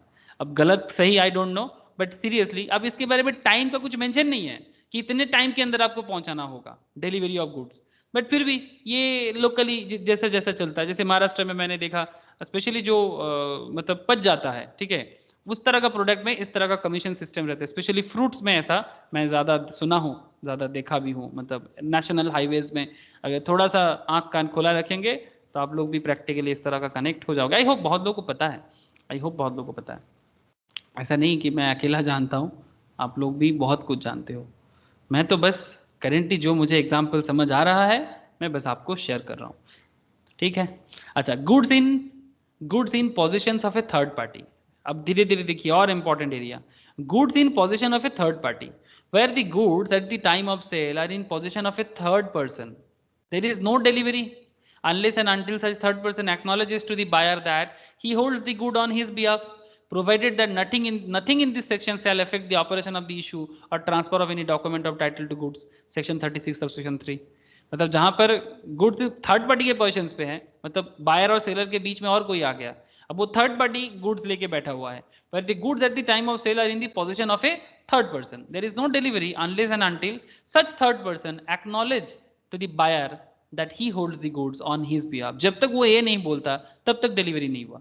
अगर थर्ड पार्टी बोल दिया बायर को कि भाई आपके बिहाफ में मैं गुड्स को होल्ड करता हूं, बात बन जाएगा। Provided that nothing in this section shall affect the operation of the issue और transfer of any document of title of goods. मतलब अगर टाइटल ऑफ गुड्स का ट्रांसफर वगैरह के बारे में कुछ अलग से बोला नहीं है तो फिर जैसे ही थर्ड पार्टी बोल देगा कि भाई मैं आपके बिहाफ में गुड्स को होल्ड करता हूं तो ऑटोमेटिकली इसको डिलीवरी मान लिया जाएगा।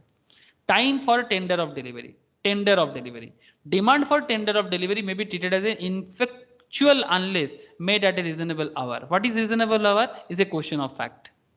सही टाइम पे आपको डिलीवरी का टेंडर होना चाहिए। अब what is the reasonable hour, अब ये डिपेंड करता है। इमरजेंसी दवाई के केस में रीजनेबल आवर, अगर किसी के घर में डॉक्टर के घर में अगर आप रात को 2 बजे जाते हो दवाई लेने के लिए, या फिर अगर कोई इमरजेंसी मेडिसिन आपके घर में रात को 2 बजे पहुंचाता है तो कोई प्रॉब्लम नहीं है ना, बिकॉज वो रीजनेबल आवर है, बिकॉज जो पेशेंट है वो मर रहा है। आई होप यू अंडरस्टैंड। लेकिन नॉर्मल ग्रोसरीज के केस में रात को 2 बजे आके आपके घर में डिलीवरी करेगा, कैसा लगेगा आपको? आप क्या बोलोगे उसको, ये पागल हो गए क्या आप, रात को 2 बजे डिलीवरी कर रहे हो? लेकिन इमरजेंसी मेडिसिन के केस में आप क्या बोलोगे कि भाई अभी चाहिए, आपको अभी डिलीवरी करना है। आप बात समझे कि नहीं समझे? Hello, yes yes. तो यही सब कुछ कॉमन सेंस में भी काम लग जाता है। Expense for delivery, the expenses of and इncidental to putting the goods into deliverable state must be borne by the seller. Deliverable state means goods बेचने लायक हो, जिसको डिलीवरी किया जा सकता है। इसके पहले मैं पुराने क्लासेस में भी बोल के रखा, in the absence of any contract और contrary. Delivery of wrong quantity, now एक इंपॉर्टेंट एक अच्छा एग्जांपल है, अगर आप रॉन्ग क्वांटिटी किसी को देते हो तो मतलब जितने का ऑर्डर दिया गया था सेलर ने कुछ गलत दे दिया, ठीक है, और फिर मुश्किल में पड़ गया। आप आपने ऑर्डर दिया था 1, आपके पास आ गया 2, तो क्या करेंगे फिर ऐसे केसेस पे? ठीक है, तो इसके बारे में 37 के सबसेक्शन 1 में, सबसेक्शन 2 में, सबसेक्शन 3 में, सबसेक्शन 4 में बोला गया है। एक एग्जाम्पल से पूरा कॉन्सेप्ट को समझ लेते हैं, एग्जाम्पल से पूरा कॉन्सेप्ट समझ लेते हैं। A agrees to sell 100 quintals of wheat। A agrees to sell 100 quintals of wheat। wheat मतलब आप लोग जानते हो गेहूं, ठीक है, गॉम, बांग्ला में हम लोग बोलते हैं इसको गॉम, हिंदी में बोलते हैं गेहूं, wheat। agrees to sell 100 quintals of wheat to be, ऐसे ये अपना विश्वजीत तेरे मुजफ्फरपुर में अच्छा wheat होता है, तू बोल रहा था ना? Yes yes. हाँ, तो मैं मान कि मैं तेरे को ऑर्डर किया था कितना quintal, 100 quintals of wheat. Okay, अब देख तेरा नाम बी से ही है, ठीक है। A agrees to sell 100 quintals of wheat to be. अच्छा, मतलब तू तो बी है, मैं ए भी नहीं हूँ, ठीक है, मैं तो पी हूँ। अच्छा ठीक है, कोई बात नहीं, लेकिन तू मेरे को दे रहा है करेंटली हमारे एग्जाम्पल पे मुजफ्फरपुर से व्हीट आएगा बंगाल में, 100 quintals of wheat to be at ₹1000 per quintal. इतना दाम है क्या? हो सकता है, लेकिन तूने कितना दिया बोल? तो मैंने ऑर्डर दिया था 100 का, तू मेरे को दे दिया 1100 का। मैंने ऑर्डर किया था 100 का, तू मेरे को डिलीवरी कर दिया 1100 का। अब इसका क्या किया जाए बोल विश्वजीत? मैंने ऑर्डर दिया था 100 का, तूने डिलीवरी कर दिया 1100 का, क्या करे? सर जो बचा हुआ माल लौटा दीजिए। मतलब एग्जैक्टली सर, बी में रिजेक्ट दी होल लॉट और एक्सेप्ट ओनली 1000 क्विंटल्स। अच्छा ये एक सेकेंड, ये थोड़ा सा 100 की जगह 1100 थोड़ा सा प्रॉब्लम लग रहा है, इसको 1000 मानो, मिस्टेक है, प्रिंटिंग मिस्टेक।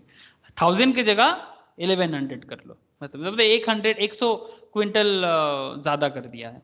तो बी में रिजेक्ट द होल लॉट और एक्सेप्ट ओनली 1000 क्विंटल्स, इसीलिए बोला है। मतलब या तो देखो सर, या तो पूरा लॉट ही रिजेक्ट कर दो, ठीक है, गुस्से के मारे कि भाई मैंने आपको बोला था 1000, आपने 1100 क्यों बेचा, ठीक है। तो 100 क्विंटल के लिए आप इतना लड़ाई कर रहे हो, लेकिन बेस्ट क्या है, मैं तो बोलूंगा कि भाई 1000 क्विंटल रखो and reject the rest on और accept the whole lot and pay for them at a contract of sale. आप चाहो तो पूरा भी रख सकते हो, 1100 भी रख सकते हो, पे कर दो उसके लिए, कॉन्ट्रैक्ट कंप्लीट हो जाएगा। तो डिलीवरी ऑफ रॉन्ग क्वांटिटी का सिंपल कॉन्सेप्ट बताएं। कोई अगर किसी को रॉन्ग क्वांटिटी डिलीवर करता है तो उसके लिए रूल बना हुआ है। अगर फ्लिपकार्ट किसी को कोई चीज डबल भेज दिया, फिर डबल चार्जेस कर लिया, ठीक है, तो फ्लिपकार्ट तो या तो आप डबल ले लो, बात बन जाएगा, या तो फिर आप जो ऑर्डर किए थे वो ऑर्डर के लिए आप रखो, बाकी अमाउंट वापस कर दो, सिंपल बात है। আচ্ছা স্যার, तो ये हाँ बोलो सर बोलो।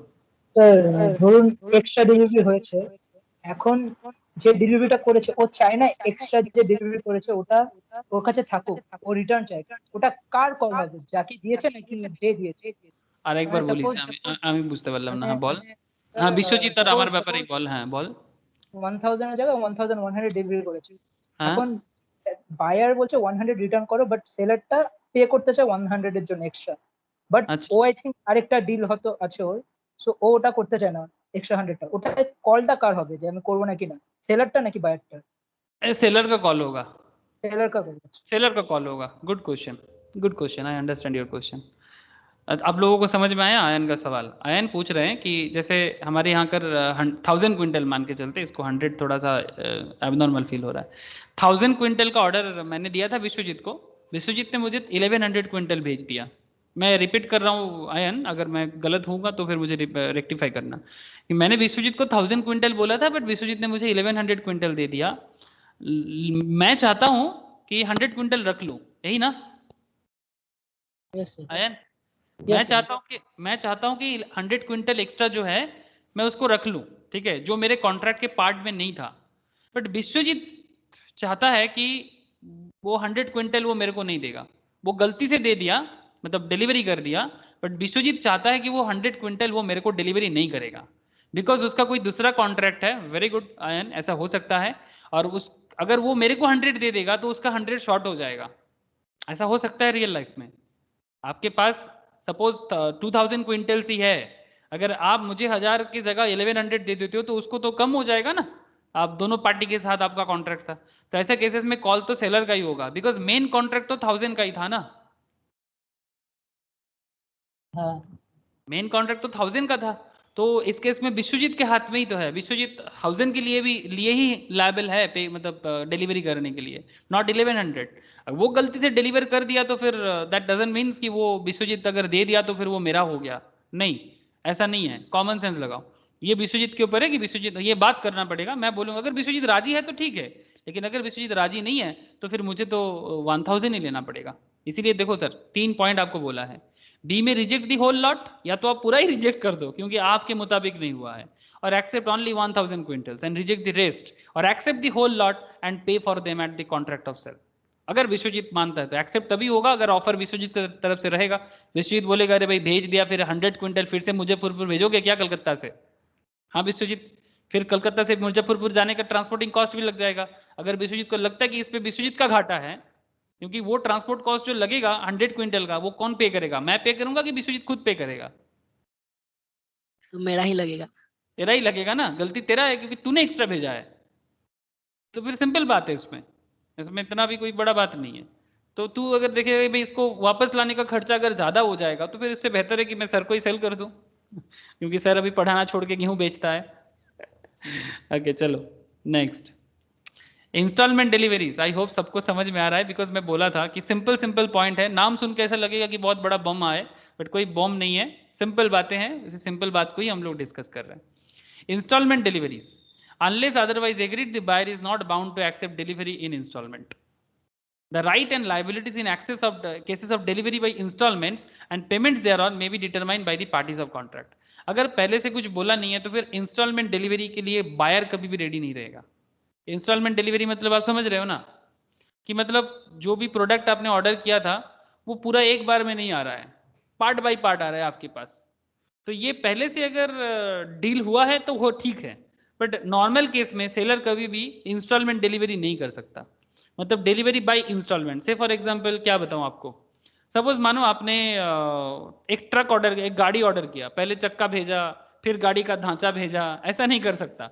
या फिर आपने बेड ऑर्डर किया था, ठीक है, आपने कोई फर्नीचर या बेड ऑर्डर किया था, तो पहले वो क्या किया ना, से फॉर एग्जांपल बेड फर्नीचर, आपने कोई बेड ऑर्डर किया, वो क्या किया, पहले बेड का एक पार्ट भेजा आपको, ठीक है, फिर सेकंड पार्ट भेजा आपको, इस तरह से कर रहा है।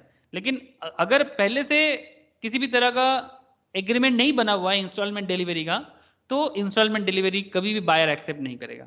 सिंपल बात है, अगर पहले से बोला है तो ठीक है। इंस्टॉलमेंट डिलीवरीज के बारे में सेल ऑफ गुड्स एक्ट यही बोल के रखा है सेक्शन 38 के मुताबिक। डिलीवरी टू कैरियर मतलब जो सामान लेके जाते हैं, subject to the terms of contract the delivery of the goods to the carrier for transmission to the buyer is prima facie. Prima facie means primary. जैसा कि मैंने आप लोगों को बोला था लास्ट क्लास में कि लॉ में लैटिन वर्ड बहुत यूज होता है, ठीक है, लैटिन मीन्स रोमन। ओके, रोम में 2 लैंग्वेज चलता था पुराने ज़माने में, और एक्चुअली ये सब यूरोपियन एजुकेशन सिस्टम है ना हम लोग करेंटली जो पढ़ रहे हैं। और इंग्लैंड जो है वो रोम से बड़ा कनेक्टेड है, बिकॉज यूरोप का जो लेटेस्ट हिस्ट्री अगर हम लोग देखेंगे तो सबसे ज़्यादा अगर कोई मतलब बड़ा साम्राज्य बना था वो रोम था। और रोम एडुकेशंस में, स्थापत्य में, बहुत सारा जगह में अपने आप को बहुत दूर तक बनाया था। इसीलिए ये इंग्लिश लॉ में भी वो लोग अपना जो रोमन जो लीगेसी है उसको छोड़ नहीं पाता। ये कॉन्सेप्ट इसी तरह से बना है सर, ठीक है। उसका हिस्ट्री में अभी बात नहीं करेंगे, फिर आप बोलेंगे सर आप हिस्ट्री क्लास ले रहे हो। मुझे बहुत पसंद है सर, हिस्ट्री में डिस्कशंस करना बहुत पसंद आता है, हिस्ट्री और ज्योग्राफी आई लव। इसलिए मैं कभी कभी सोचता, मैं सुबह के क्लास में भी बोल रहा था कि मन तो करता है कि सब छोड़ के सिर्फ हिस्ट्री और ज्योग्राफी में बात करूं। अच्छा ठीक है, चलिए सर। तो basically I hope you understand sir कि डिलीवरी टू कैरियर, ठीक है, subject to the terms of contract the delivery of the goods to the carrier for transmission to the buyer is prima facie deemed to be delivery to the buyer. मतलब ये career के पास है तो मतलब ये एक तरह का मान लिया जाता है कि ये बायर के पास ही जा रहा है, ठीक है। मतलब जो कुरियर सर्विस है जो गुड्स को कैरियर करके लेके जा रहा है, तो ये एक तरह का है कि भाई सेलर जब गुड्स को कैरियर में बिठा दिया, ठीक है, सपोज रेलवे में दे दिया। आप लोगों को मैं लास्ट क्लास में एक बताया था, याद है, कि रेलवे पार्सल वैन के थ्रू से कोई गुड्स आ रहा है आपका, याद है सर? रेलवे पार्सल वैन का एग्जांपल याद है आप लोगों को? रेलवे पार्सल वैन देखे हो ना आप लोग? इंडियन रेल का पार्सल वैन रेल में भी देखे होंगे शायद। Yes sir. हाँ यस सर, मालगाड़ी सर बेटा। नॉर्मल मालगाड़ी नहीं सर, ये थोड़ा सा मतलब ये मैं नॉर्मल मालगाड़ी का बात नहीं कर रहा हूँ। जो गुड्स ट्रेन होते हैं ना वो थोड़ा अलग होता है, जिसमें वो कोयला वगैरह आता है, स्टील वगैरह आता है, वो थोड़ा अलग होता है। इसके अंदर है ना सर पेपर्स, बुक्स, कोई भी चीज़ आ सकता है। जैसे हम लोग फ्लिपकार्ट के थ्रू से कपड़ा वगैरह जो भी लेते हैं ना, ये रेल के थ्रू से, फ्लाइट के थ्रू से आता है, ठीक है। आप जो गुड्स ट्रेन बोल रहे हो उसको तो मालगाड़ी बोलते हैं या गुड्स ट्रेन बोलते हैं, गुड्स ट्रेन। ये आप ऐसे बोल रहे हो शायद स्नेहाशीष, आप ऐसा ट्रेन का बात कर रहे हो, ठीक है। मैं पार्सल वैन का बात कर रहा हूँ, ठीक है। इसके अंदर भी वो हो सकता है, बट ये लोग तो ये तो गुड्स ट्रेन ही है, बट चलिए कोई बात नहीं, मैं पार्सल वैन में ही बात कर रहा हूँ। सपोज आपने कोई किताब ऑर्डर दिया था और वो किताब आपके कैरियर के थ्रू से पार्सल वैन के थ्रू से ऐसे आ रहा है आपके पास, ठीक है, पार्सल वैन के थ्रू से आ रहा है, लेकिन वो गुड्स रास्ते में डैमेज हुआ। सेलर ने तो गाड़ी में चढ़ा दिया था सर, सेलर ने ट्रेन के थ्रू से चढ़ा दिया था, लेकिन रास्ते में कुछ प्रॉब्लम हुआ। अब इस गुड्स का रिस्क किसके पास है? सेल हो गया, आपने पेमेंट भी कर दिया, वो सेलर ने क्या किया, गुड्स को कैरियर में बिठा दिया, या तो ये कैरियर में बिठा दिया या तो ये कैरियर में बिठा दिया। अब ये रिस्क किसके पास है? जिसका सामान है उसका। एकदम सर, सिंपल, बड़ा अच्छा बात बोला आपने, जिसका सामान है उसका, ठीक है। आप बोलोगे कि भाई आप अब इसमें किस्मत है सर, और क्या बोल सकते हैं, जिसका सामान है उसका, सेलर इसका रिस्पॉन्सिबिलिटीज नहीं लेगा। मतलब ये अगर पहले से कोई कॉन्ट्रैक्ट में बोला नहीं कि जब तक मेरे घर तक नहीं पहुंच जाता है तब तक सेलर का रिस्पॉन्सिबिलिटीज है, वो अलग बात, ठीक है। अच्छा, ये हो गया delivery to carrier, deterioration during transit से interesting point, where goods are delivered to at a distant place, थोड़ा दूर जा रहा है, the liability for deterioration necessarily incidental to the course of transit will fall on the buyer though the seller agrees to deliver at his own risk। Seller बोलते कि मैं अपने risk में पहुंचाऊंगा, बट फिर भी इसका जो बेसिकली मतलब बेसिक जो रिस्क है डिटोरिएशन का, वो बायर के ऊपर है। जैसे एक एग्जांपल देखिए, P sold to Q a certain quantity of iron rods which were to be sent by proper vessel, it was rusted before it reached the buyer। थोड़ा प्रॉब्लम आ गया मतलब रॉड पे, the rust of the rod was so minimal and was not affecting the merchantable quality. So minimal है, बेचने लायक है, मर्चेंटेबल quality means बेचने लायक है, मतलब जो मार्केट में सेलेबल कंडीशंस पे रहते हैं, जिसको बोलते हैं merchantable, okay. And deterioration was not necessarily incidental to its transmissions, it was held that Q was bound to accept the goods. यहाँ पर क्यू बोल नहीं सकता कि ये तो रस्ट हो चुका है, मैं नहीं ले सकता, नहीं सर। आप लोग अगर जो लोग कॉस्टिंग का पढ़ाई करते हो ना, या फिर जैसे chartered accountant, cost accountant and even company secretaries, उनका कॉस्टिंग का एक पेपर रहता है, सभी को आप लोग जानते होंगे। अब कॉस्टिंग में क्या होता है, कॉस्टिंग में क्या होता है, एक कॉन्सेप्ट होता है नॉर्मल लॉस का, सुने हैं आप लोग नॉर्मल लॉस के बारे में? जैसे से for example mustard oil, mustard oil transport होगा, मस्टर्ड ऑयल ट्रांसपोर्टेशन होगा ट्रेन में, ठीक है। मास्टर ऑयल का टीन होता है सर, टीना होता है ना सर, क्या बोलते हैं, master oil packaged,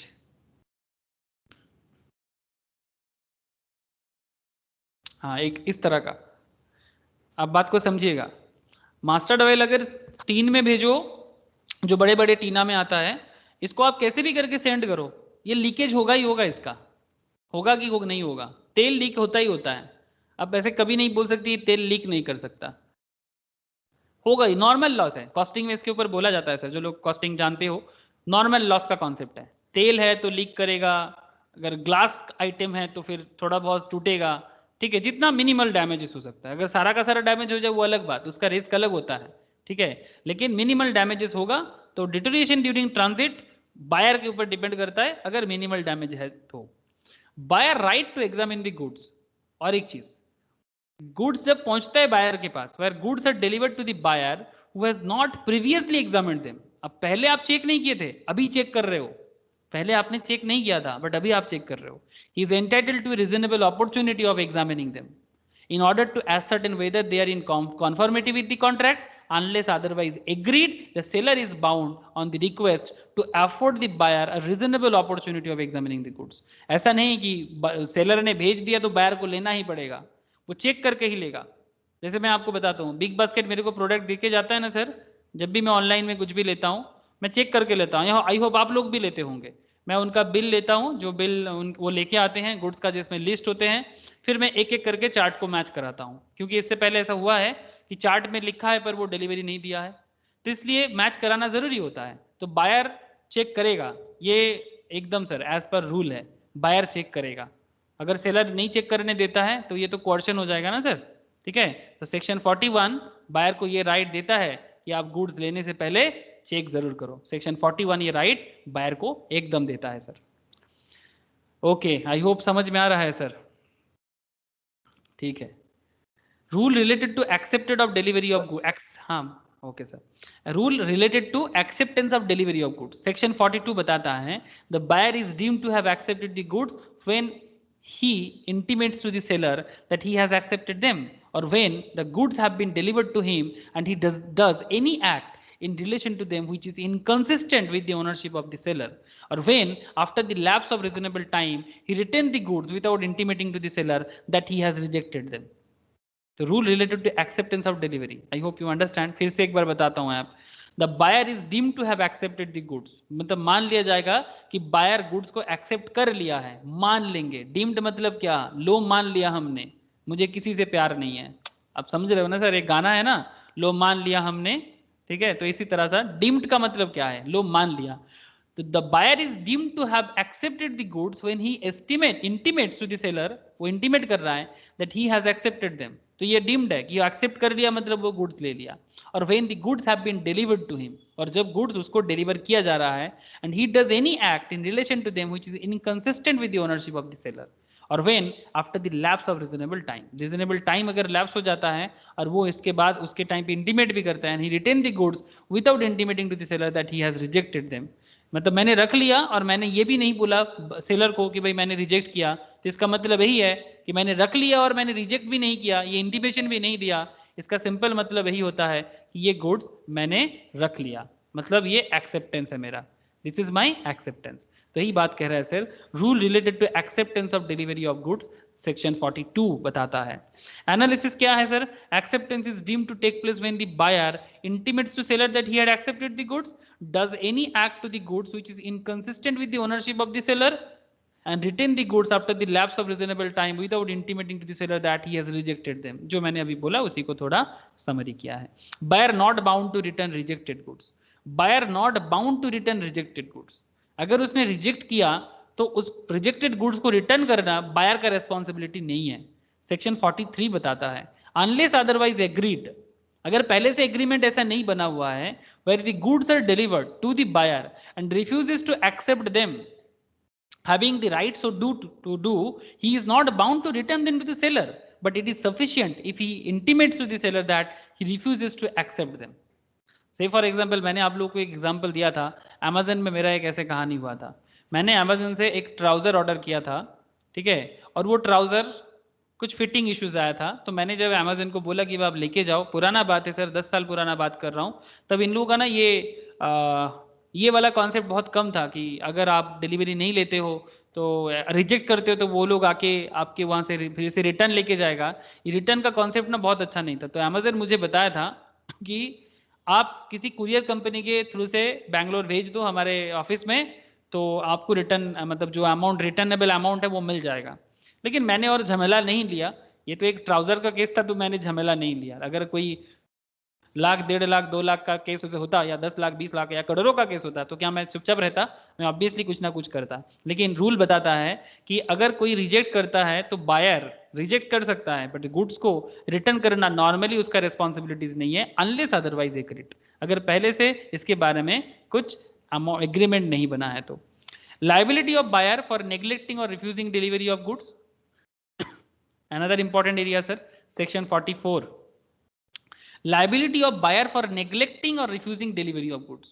When the seller is ready and willing to deliver the goods and request the buyer to take delivery, buyer को request कर रहा है कि भाई delivery ले लो, and the buyer does not within a reasonable time after such request take delivery of the goods, he is liable to the seller for any loss occasioned by his neglect or refusal to take delivery, and also for a reasonable charge for the care and custody of the goods, provided further that nothing in this section shall affect the right of the seller for the neglect or refusal of the buyer to take the delivery amounts to a repudiation of the contract. मैं आपको फिर से एक बार section 44 समझाता हूँ, बात को ध्यान से सुनिए. Liability of buyer for neglecting और रिफ्यूजिंग डिलीवरी ऑफ गुड्स, ठीक है. मतलब सिंपल बोलते हैं सर, सब seller is ready and willing to deliver the goods, seller ready है, फ्लिपकार्ट रेडी है कि वो आपको गुड्स डिलीवर करेगा, and request the buyer to take delivery, आपको बोल रहे कि भाई हम आज डिलीवरी करने आ रहे हैं, आप डिलीवरी ले लेना, and the buyer does not within reasonable time after such request take delivery of goods, जितने टाइम के अंदर आपको डिलीवरी लेना था आपने लिया नहीं. सिंपल बात है. He is liable to the seller for any loss occasioned by his neglect or refusal to take delivery, and for a reasonable charge for the care and custody of the goods. कौन रखा था आपका goods का care? Seller रखा था. मैंने आप लोगों को एक कहानी बोला था, याद है? जोमेटो का केस. हाँ सर, मेरा ही एक स्टूडेंट किया था. वो मेरे को बोला था कि मैंने ऐसा किया, जोमेटो में खाना ऑर्डर किया, याद है सर आप लोगों को, मैंने शायद कहानी सुनाया था सेल ऑफ गुड्स में ही, कि जोमेटो में खाना ऑर्डर किया, जोमेटो वाले खाना लेके आता है और ये बंदा भाग जाता है। हाँ सर, याद आ रहा है क्या आप लोगों को? बोलो ना, याद नहीं आ रहा है? जोमेटो में खाना ऑर्डर करता है और वो बंदा खाना ऑर्डर करके भाग जाता है। तो जोमेटो वाले में आप खाना ऑर्डर किए थे, तो एक्चुअली आपने पेमेंट नहीं किया था, तो क्या हुआ, लेकिन आप उसका बायर बनने के लिए रेडी था, तो एक्चुअली जोमेटो बाद में क्या किया था जानते हो? जोमेटो बाद में उसको ब्लॉक कर दिया था और फर्दर उसका कभी भी ज़रूरत में भी उसका डिलीवरी मतलब नहीं लिया था। फिर उसको जोमेटो में फ़ोन करके स्पेशल रिक्वेस्ट डालना पड़ा उसको, मतलब रिक्वेस्ट डालने के बाद वो बोला कि फर्दर ऐसा मैं नहीं करूंगा, फिर जाके जोमेटो उसको कंसिडर किया था फर्दर डिलीवरी करने के लिए। तो यहाँ पर भी वही बात कर रहे हैं, आपने ऑर्डर करके आप भाग जाओगे बोलने से थोड़ी ना होगा, ऑर्डर किए हो तो लोना लेना पड़ेगा ना सर। लेकिन सेलर आपका प्रोडक्ट लेके कैरियर घूम रहा है, आपका प्रोडक्ट का कस्टडी ले रहा है, तो उसके लिए अगर कुछ डैमेजेस भी होगा तो वो आपसे ही ले जाएगा सर, कौन देगा? बायर ही देगा। I hope liability of buyer for neglecting और रिफ्यूजिंग डिलीवरी ऑफ गुड्स। इसीलिए आप लोग एक चीज समझ रहे हो सर, जितना सारा पॉइंट हम लोगों ने पढ़ा, everything is very connected with our daily life. क्या मैंने सही बोल रहा है ना sir? Everything is connected with our daily life. ये जो डिलीवरी ऑफ गुड्स का जो कहानी हम लोगों ने पढ़ा, ये जो पूरा खेल था, ये था आपका transfer of ownership and delivery of goods का कहानी। नेक्स्ट क्लास में हम लोग अनपेड सेलर के बारे में बात करेंगे। मतलब ये तो डिलीवरी के बारे में बात हुआ, नेक्स्ट दिन सेलर अनपेड सेलर के बारे में बात करेंगे, बड़ा वाइटल एरिया रहेगा, बहुत इंपॉर्टेंट भी है unpaid seller. I will discuss कुछ क्वेश्चंस के बारे में, मैं बोला था आज डिस्कस करूंगा, कुछ एमसीक्यू टेस्ट हो जाए। हाँ चलिए सर, ट्राई करेंगे आप लोग, बोलिए। ऐसे समझ में आया ना ओवरऑल सब कुछ? बोलिए ना, सबको समझ आया कि नहीं आया? सर है दादा। ओके सर, थोड़ा टेस्ट नॉलेज टेस्ट हो जाए। Okay sir, the property in the goods means, the property in the goods means what? The property in the goods means possession of the goods, custody of the goods, ownership of the goods, both A and C। क्या लगता है? Ownership of the goods. हाँ sir, the property in the goods means ownership of the goods। विशाल ने ownership बोला, क्या सबको ही विशाल के साथ एग्री हो जाओगे sir? Yes sir, property ownership of the good. Property in the goods means ownership of the goods. Very good, common sense में answer बन गया है एकदम, वेरी गुड सर। नेक्स्ट चलते हैं sir. In case of sale on approval the ownership is transferred to the buyer when he accept the goods, adopt the transactions, fails to return the goods, in all of the above cases। in case of sale on approval basis, वो return और approval basis होता है ना। हाँ, cell on approval मतलब या तो return कर सकते हैं या फिर अप्रूवल हो सकता है, जैसे कि फ्लिपकार्ट वगैरह का होता है ना, सेल और रिटर्न और अप्रूवल बेसिस, उसी तरह से। तो सवाल कर रहे हैं सर, ऐसे ये सब डिस्कशन हो चुका है इसी चैप्टर के अंदर। आपको मैं बस इतना पूछ रहा हूँ कि एक्सेप्ट द गुड्स होगा, अडॉप्ट द ट्रांजैक्शंस होगा, fails to return the goods होगा, in all of the cases होगा। Sir D. हाँ, विश्वजीत का मानना है डी, सबका यही मानना है कि in case of sale on approval the ownership is transferred to the buyer when he accept the goods, when he adopt the transactions, fails to return the goods. Vishwajit का मानना है sir all of the above. आप लोगों को भी यही लगता है सर? सभी को ऐसे विश्वजीत सही बोला है। चलो sir, all of the above ही होगा। वो जब एक्सेप्ट करेगा तब भी उसको माना जाएगा, जब अडॉप्ट करेगा ट्रांजैक्शंस तब भी, and fail to return the goods भी होगा तो भी। If a seller hands over the keys of a warehouse containing goods to the buyer, it results in constructive delivery, actual delivery, symbolic delivery, and none of this। If a seller hands over the keys of a warehouse containing goods to the buyer, it results in constructive, actual, symbolic, none of this। आज तो इसके बारे में बहुत चर्चा हुआ। Actual. Constructive, constructive, actual. अरे containing मतलब उसको क्या दिया? की दिया, थोड़ी ना गोडाउन में जाके सामान दिया। If a seller hands over the keys of a warehouse containing goods of the buyer, symbolic है, की दिया भाई, जाओ चाबी मिल गया तुम्हें गोडाउन का, गोडाउन के अंदर जो गुड्स है वो तुम्हारा है। लेकिन तुम्हें क्या दिया गया, की दिया गया, सिंबॉलिक डिलीवरी है। This is the right answer. मैं स्टार्टिंग में जिसके बारे में काफी टाइम लिया था इसको समझाने का, फिर भी आप लोगों ने कोई कोई मिस्टेक कर लिया। Okay, A sells to B 100 bags of wheat lying in C's warehouse. A sells to B 100 bags of wheat lying in C's warehouse. A ordered to C to deliver the wheat to B. C agrees to hold the 100 bags on behalf of B and make the necessary entry in his book. This is an actual delivery, constructive delivery, symbolic delivery, none of the above. A sells to B 100 bags of wheat lying in C's warehouse. A ने B को cell किया wheat, लेकिन वो wheat किसके पास पड़ा हुआ है, C के वेयर हाउस में पड़ा हुआ है। A ordered to C to deliver the wheat to B. A order किया C को कि डिलीवर करो, C to deliver the wheat to B. C agrees to hold the 100 bags on behalf of B. C ने बोला कि yes, मैं आपके behalf में 100 bags का wheat होल्ड कर रहा हूँ।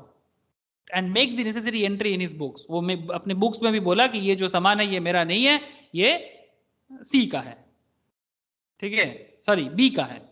तो अभी बताओ आप, एक्चुअल है, कॉन्स्ट्रक्टिव है, सिंबॉलिक है? Sir constructive. हाँ सर, एकदम सर, चुपचाप कंस्ट्रक्टिव। कॉन्स्ट्रक्टिव है, very good sir, this is a constructive delivery. ठीक है सर, मतलब ये बाई मतलब एक्चुअल तो ये है नहीं, सिंबॉलिक भी नहीं है, this is the constructive delivery. Very good, very good standard. देख रहे सर, कॉन्सेप्ट क्लियर रहने से तभी जवाब दे सकते हैं। Very good. Selection of goods with the intention of using them in performance of the contract and with the mutual consent of the seller and the buyer is known as. Selection of goods with the intention of using them in performance of the contract and with the mutual consent of the seller and the buyer is known as distributions, appropriations, amortizations, storage. Selection of goods with the intention of using them in performance of the contract and with the mutual consent of the seller and the buyer. This is called appropriation sir, not distributions. Amortizations तो एकदम नहीं है sir, amortizations तो goodwill intangibles का होता है, और storage तो ये लग नहीं रहा है, और distributions भी किसी एंगल से ये नहीं है, तो एकदम चुपचाप सर this is appropriations। ये भी common sense में आपका हो जाना चाहिए था। In contract of sale of goods, if the seller is not the owner of the goods, then the title of the buyer shall not be same as that of seller, be same as that of the seller, be better than that of the seller, none of the above। क्या लगता है? In contract of sale of goods, if the seller is not the owner of the goods, then the title of the buyer shall not be the same as that of seller। बोलो sir, कौन बोलेगा? The answer is B. Yes sir B. Okay. In a contract of sale of goods, if the seller is not the owner of the goods, seller अगर owner नहीं है, then the title of the buyer shall be same as that of seller। मतलब basically मतलब concept यहाँ पर ये है कि इस गुड्स का ओनर तो सेलर ही है ही नहीं। If the seller is not the owner of the goods, तो इस केस में not be the same as of the seller. Seller के पास गुड्स का ओनरशिप है, तो सेम टू सेम तो उसका होगा नहीं, ठीक है। अच्छा, be better than that of the seller, ये भी नहीं हो सकता, नन ऑफ द अबव नहीं है। B same as that of seller, exactly, B same as that of seller. 6 का बी सही बोला एकदम आप लोगों ने। नेक्स्ट, इसका जवाब बताइए। रोमन वर्ड फिर से बोल दिया, नेमो दैट वर्ड नॉन हैबिट, नेमो दैट वर्ड नॉन हैबिट। इसका मतलब क्या है? ए, one cannot give what one does not have. Thank you. नेमो दैट वर्ड नॉन हैबिट means one cannot give what one does not have. ये रोमन भाषा है, आप लोग थोड़ा रोमन भाषा सीख लो, लातीन है, ठीक है। जो हमारा है नहीं वो हम किसी को दे नहीं सकते एकदम सिंपल बात है। The goods are the risk of the party who has the ownership of the goods, possession of the goods, custody of the goods, both B and C। क्या लगता है? The goods are at the risk of the party who has the ownership, possessions, custody, both B and C। Sir A. Owner। Thank you sir, सही बोला, सही बोला। Okay, next, if the seller delivers to the buyer, if the seller delivers to the buyer a quantity less than he contracted to sell, the buyer may reject the goods, बोल Vishwajeet, accept the goods either A or B, either A or B, neither A or B. Reject the goods or accepted the goods, neither either A or B or neither A or B. क्या करेगा? If the seller delivers to the buyer a quantity less than he contracted, तेरे साथ जो मेरा हुआ था 1000 के बदले तू मुझे 1100 दे दिया. Option C. C, thank you sir. Option C. एकदम sir, option C, either A या फिर बी, या तो रिजेक्ट कर दो या तो एक्सेप्ट कर लो. नेक्स्ट सर, फिर से आ गया वही वाला बात, पहले भी हुआ था. Okay, appropriation of goods means, what is the meaning of appropriation of goods? Separating the goods sold from other goods, separating the goods sold from other goods, putting the quantity of goods sold in suitable receptacles, and delivering the goods to the carrier or the belly for the purpose of transport to the buyer without reserving the right of disposal, all of the above. क्या लगता है? Appropriations के बारे में हम लोगों ने अभी 2 मिनट पहले ही बात किया.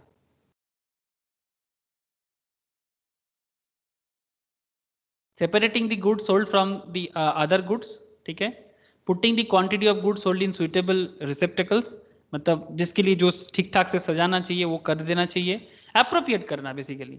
Delivering the goods to the carrier और other bailee for the purpose of transmissions to the buyer without reserving the right of disposals.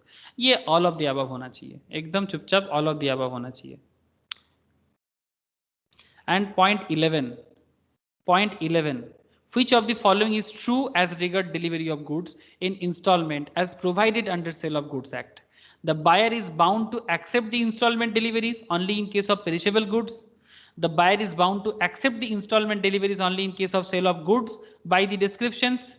The buyer is bound to accept the installment deliveries only if agreed between the parties, and delivery of goods can't be made in installments. Which of the following is true as regard of delivery of goods in installment as provided under the Sale of Goods Act? 11 क्या होना चाहिए? अगर आप ठीक से सोचिएगा तो point C is the best answer. ऐसे delivery of goods can't be made in installments बोलते हैं, बट फिर भी the buyer is bound to accept the instalment deliveries only if agreed between the parties. अगर एग्रीमेंट है तो फिर क्यों नहीं मिलेगा, है ना? तो दिस इज द राइट, एकदम परफेक्ट आंसर है. अगर ए और बी देखिएगा आप, the buyer is bound to accept the instalment deliveries only in case of perishable goods, नहीं, ऐसा कोई बात नहीं है. The buyer is bound to accept the instalment deliveries only in case of sale of goods by description, ऐसा भी कोई बात नहीं है. This is the perfect answer. The buyer is bound to accept the installment deliveries only if agreed between the parties. Okay. मुझे कुछ question आज ऐसे ही क्विज करना था तो मैंने किया. कुछ डिस्क्रिप्टिव क्वेश्चंस भी है मैट के अंदर, आप लोग जाइए डिस्क्रिप्टिव क्वेश्चंस को थोड़ा सा गो थ्रू कीजिए, ठीक है. अगर कॉन्सेप्ट पता है तो डिस्क्रिप्टिव भी समझने में दिक्कत नहीं करेगा, डिस्क्रिप्टिव भी समझने में एकदम दिक्कत नहीं करेगा. ओके, आई होप सबको समझ में आया होगा. हाँ सर. Yes sir. ओके, ठीक है, आराम से घर में गो थ्रू कीजिए चैप्टर को, ठीक है. फिर नेक्स्ट दिन हम लोग अनपेड सेलर के बारे में बात करेंगे. जिन लोग का ये चैप्टर बीच में लग रहा है उनको मैं बैकअप क्लासेस जब प्रोवाइड कर दूंगा तो वो लोग एट पार हो जाएगा. बट नेक्स्ट लॉ क्लास में हम लोग अनपेड सेलर के बारे में डिस्कस करेंगे. आई होप सबको समझ में आया होगा डिटेल अच्छे से. हाँ, साक्षी, स्नेहाशीष, रोशनी, प्रिया, জয়দীপ বোঝা গেছে? জয়দীপ, হ্যাঁ স্যার. ওকে ঠিক আছে, তুই বুঝেছিস. বিশ্বজিৎ ক্লিয়ার है? Biswajit yes sir. ओके ठीक है. अच्छा, जिन लोगों का मैम का क्लास है वो लोग मैम के क्लास के लिए रेडी हो जाओ. जिन लोगों का नहीं है उनके लिए बाय, टाटा. ठीक है sir, okay sir, bye sir. Bye. Tata. Okay, tata tata tata सुबह. Bye, sir. ओके टाटा.